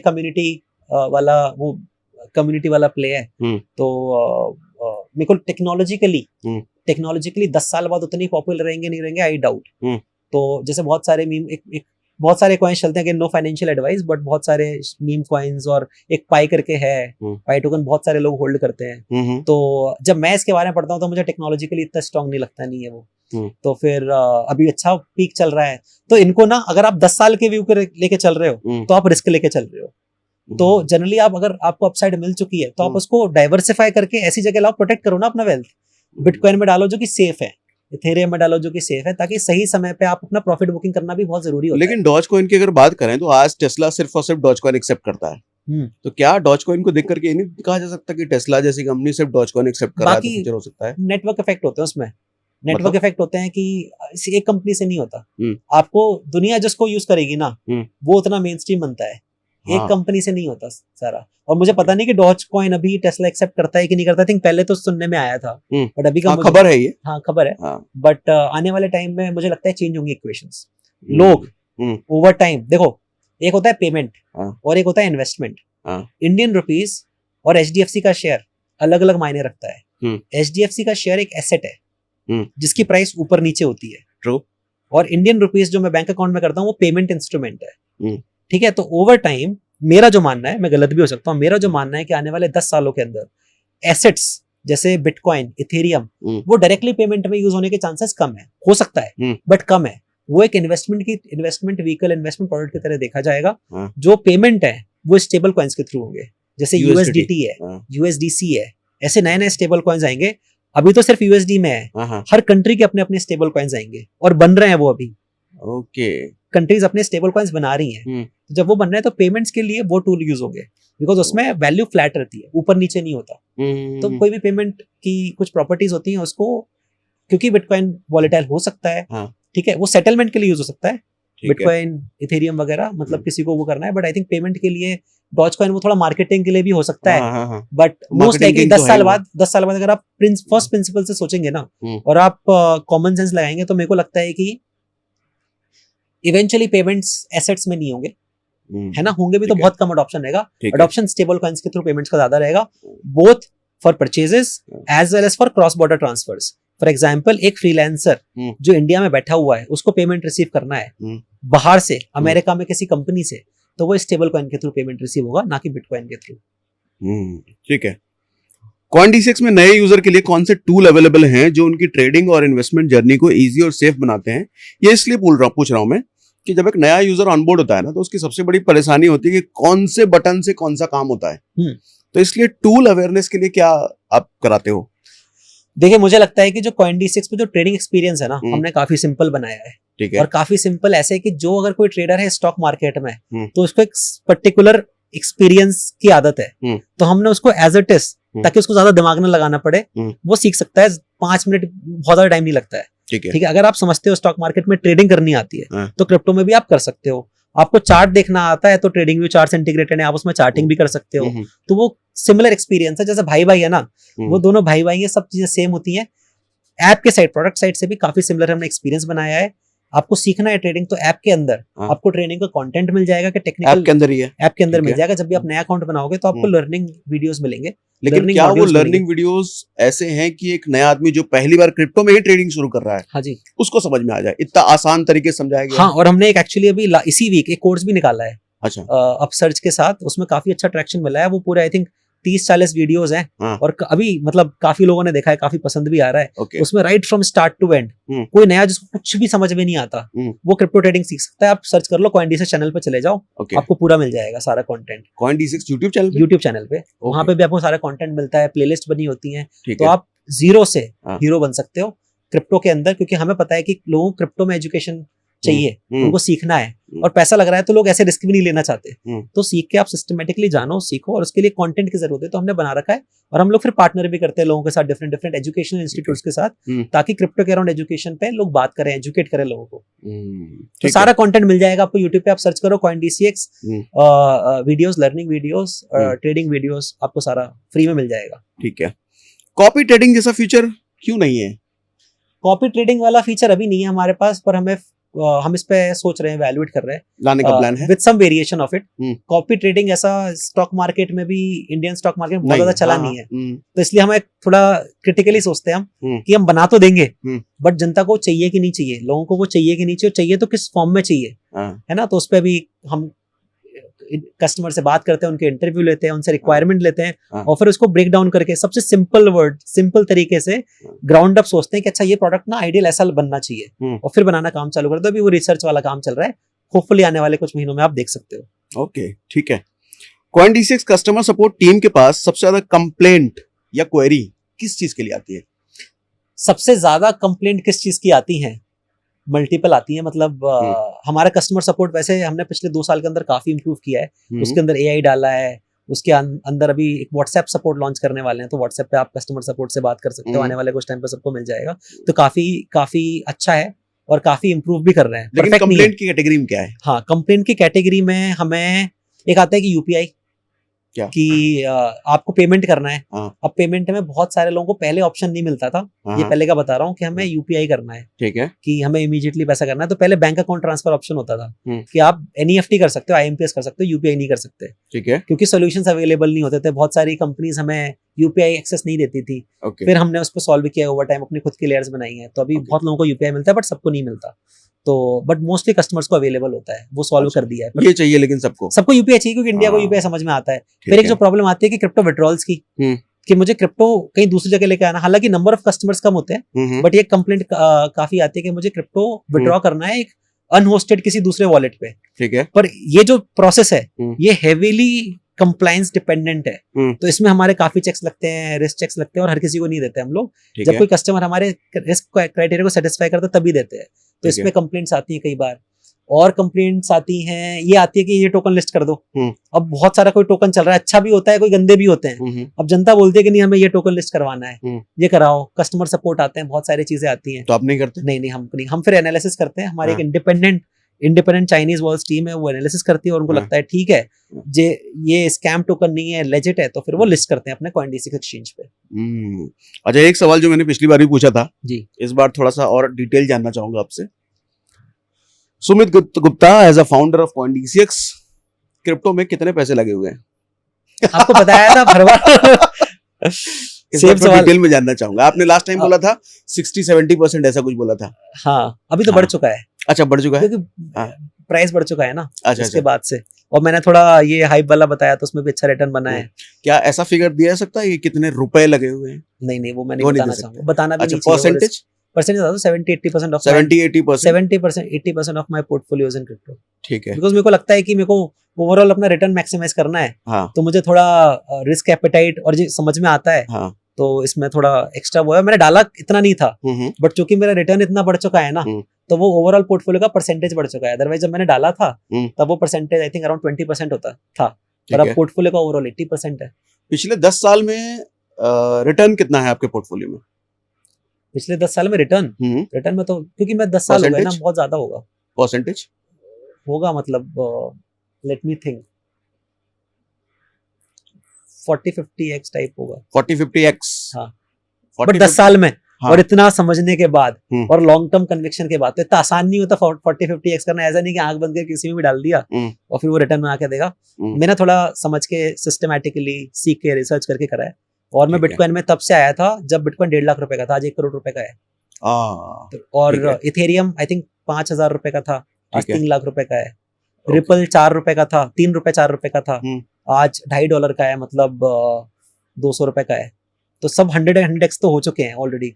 तो पता नहीं, शायद ज्यादा भी होगा, क्योंकि मैं इतना वो दिखता नहीं हूँ। मेरे को पता है कि जितना मेरे पास, जैसे मैं लास्ट टाइम अपन से मिला था ना, तब भी मैं इन्वेस्टिंग करता था। तो ऐसा नहीं कि मैं बेचने का भी प्लान है। तो मैं जब भी मेरे को लगता है कि मार्केट नीचे गिर रहा है, अच्छी अपॉर्चुनिटी है, तो मैं इन्वेस्ट करता हूँ। कुछ मीम कॉइन में पोर्टफोलियो है आपका? बहुत कम है, लेस देन 2%। हाँ, खेलने के लिए, मतलब जस्ट टू अंडरस्टैंड दुनिया में क्या चल रहा है। Okay, just to play around और जस्ट टू अंडरस्टैंड कि व्हाट्स हैपनिंग इन दिस। अब जैसे एक ट्रम्प टोकन आया था, ठीक है, अब ट्रम्प टोकन में मैंने थोड़ा बहुत डाला था, बट ये सोच के नहीं कि यार ये मैं 100x करूंगा, कि चलो देखते हैं क्या है। क्योंकि जब होता है ना पैसा, मान लो मेरा 10,000 रुपए भी डला हुआ है, तो मुझे पता चलता रहता है उसके बारे में, नहीं तो मेरा वेस्टेड इंटरेस्ट ही नहीं है, तो मैं क्यों ध्यान दूंगा उसके बारे में। तो इससे मैं सीखने के लिए करता हूँ, क्योंकि it's important for me to understand कि अंदर चल क्या रहा है, क्या लोग बात कर रहे हैं। तो उससे बस मेरा थोड़ा एक्साइटमेंट बढ़ जाता है। इसलिए कुछ नाम लेना चाहेंगे ट्रम्प कॉइन के अलावा जिसमें? नहीं, मतलब ऐसे मुझे भी नहीं पता, मतलब इट्स ऑल टू एक्सपेरिमेंट। मतलब आया गया वैसा टाइप, वो सीरियस देखता भी नहीं हूँ। वो जैसे मान लो किसी को डेमो देना है प्रोडक्ट का या कुछ बताना है, तो फिर मैं मीम में कर देता हूँ। मैं मान लो किसी को बोलना है, देखो 1,000 रुपए का सिंपल बाइंग सेलिंग होती है, तो कोई Web3 मोड के अंदर बहुत सारे टोकन्स होते हैं हमारे, वो एक्सपेरिमेंटल टोकन्स हैं। तो उसके अंदर ना बहुत सारे नए टोकन्स आते हैं जो कि बहुत वॉलेटाइल भी होते हैं, रिस्की भी होते हैं। ठीक है, तो मैं उसमें डेमो देता हूँ, क्योंकि 1,000 रुपए डाल दिया और छोड़ दिया, मेरे को फर्क नहीं पड़ता वो 0 हो जाए, 100 रुपए बचे, 10,000 रुपए हो, एक्सपेरिमेंटल मनी, प्ले मनी। ठीक है, अब एक लास्ट सवाल जी, बड़ा सीरियस सवाल है, बहुत लोगों का कंसर्न होता है। एक ट्रेडर, इन्वेस्टर या SIP इन्वेस्टर CoinDCX ही क्यों चुने? ऐसा क्या है CoinDCX में? क्योंकि प्लेटफॉर्म बहुत सारे हैं, एक्सचेंजेस बहुत सारे हैं। Why CoinDCX? Multiple reasons. सबसे पहले तो ये है कि आप कुछ भी यूज कर सकते हो, बाय द वे सारे प्लेटफॉर्म्स अच्छे हैं, ठीक है, ये नहीं बोल रहा कि आप CoinDCX में ही यूज करो। बस मैं बताता हूँ कि एटलीस्ट हम जब CoinDCX को बनाना चाहते हैं ना, हमारा विजन क्या है, हम क्या करना चाहते हैं। मेरे को लगता है इन्वेस्टर्स को इवेंचुअली, या कोई भी क्रिप्टो में आना चाहता है, उसको एक ऐसा प्लेटफॉर्म चाहिए जहां पे उसको सब अंडर वन रूफ अवेलेबल हो। उसको नहीं चाहिए 10 जगह मैं करूं, क्योंकि प्लेटफॉर्म से फेमिलियरिटी बहुत इतना आसान नहीं होता। ठीक है, ट्रस्ट बनाना एक प्लेटफॉर्म पे बहुत मुश्किल होता है। तो हम काफी ट्रस्ट पे काम करते हैं, ट्रांसपेरेंसी पे काम करते हैं, और एक चीज पे काम करते हैं जो कस्टमर को वैल्यू चाहिए कि एक प्लेटफॉर्म के अंदर मुझे सारे फीचर्स मिले, सब मिले। अगर मेरे पास मुझे SIP करना है तो मुझे SIP करने का ऑप्शन मिले, मुझे अगर स्टेकिंग करनी है तो मैं स्टेकिंग भी कर सकता हूँ उससे, पैसिव अर्न करना है तो मैं वो भी कर सकता हूँ, स्पॉट में बाइंग एंड सेलिंग करनी है वो कर सकता हूँ, सिंपल बाइंग सेलिंग करनी है वो ऑप्शन है, कॉम्प्लेक्स करनी है ऑर्डर बुक के थ्रू वो ऑप्शन अवेलेबल है, डेरिवेटिव्स करना है वो भी अवेलेबल है। तो ये सारे ऑप्शंस एक प्लेटफॉर्म के अंदर इंडियन रुपीज से विद UPI 24/7 कभी भी डिपॉजिट करूं, कभी भी विड्रॉ करूं, with lowest fees, highest compliance and most safe, highest degree of safety standards, ये सब CoinDCX पे ही मिल सकता है और कोई नहीं मिल सकता। इसीलिए CoinDCX इंडिया का सबसे बड़ा एक्सचेंज है, सबसे ट्रस्टवर्दी, और लोग बहुत पसंद करते हैं। ये नहीं कि हम परफेक्ट है, ऐसा नहीं कि हमने काम खत्म कर दिया है, स्टिल डे वन है, बट जो विजन है, जो प्लान है, वो ये है कि इंडिया, कोई भी इंडिया का कस्टमर है, अगर वो CoinDCX पे है तो उसको कहीं और देखने की जरूरत नहीं है। उसकी सारी requirements end to end CoinDCX उसको फुलफिल करके देगा। उसके लिए उसके फंड्स की safety, security, compliance, tax filing, उसके लिए उसका एजुकेशन, उसके लिए मार्केट में क्या चल रहा है, वीकली ईमेल आना, वो पूरा का पूरा पैकेज CoinD6 देता है। और एक इन्वेस्टर को सिर्फ एक चीज चाहिए नहीं होती, उसको पोर्टफोलियो डाइवर्सिफाई करना होता है। तो वो पैकेज जो है वो CoinD6 ही बोलता है, it is the crypto home for every Indian. ठीक है, वंडरफुल। आज बहुत ज्यादा मजा आया पिछली बार से। अच्छा चलो, थैंक यू सुमित सर, आप इतनी दूर से आए और इतना समय दिया, thank you very much. Thank you बुलाने के लिए।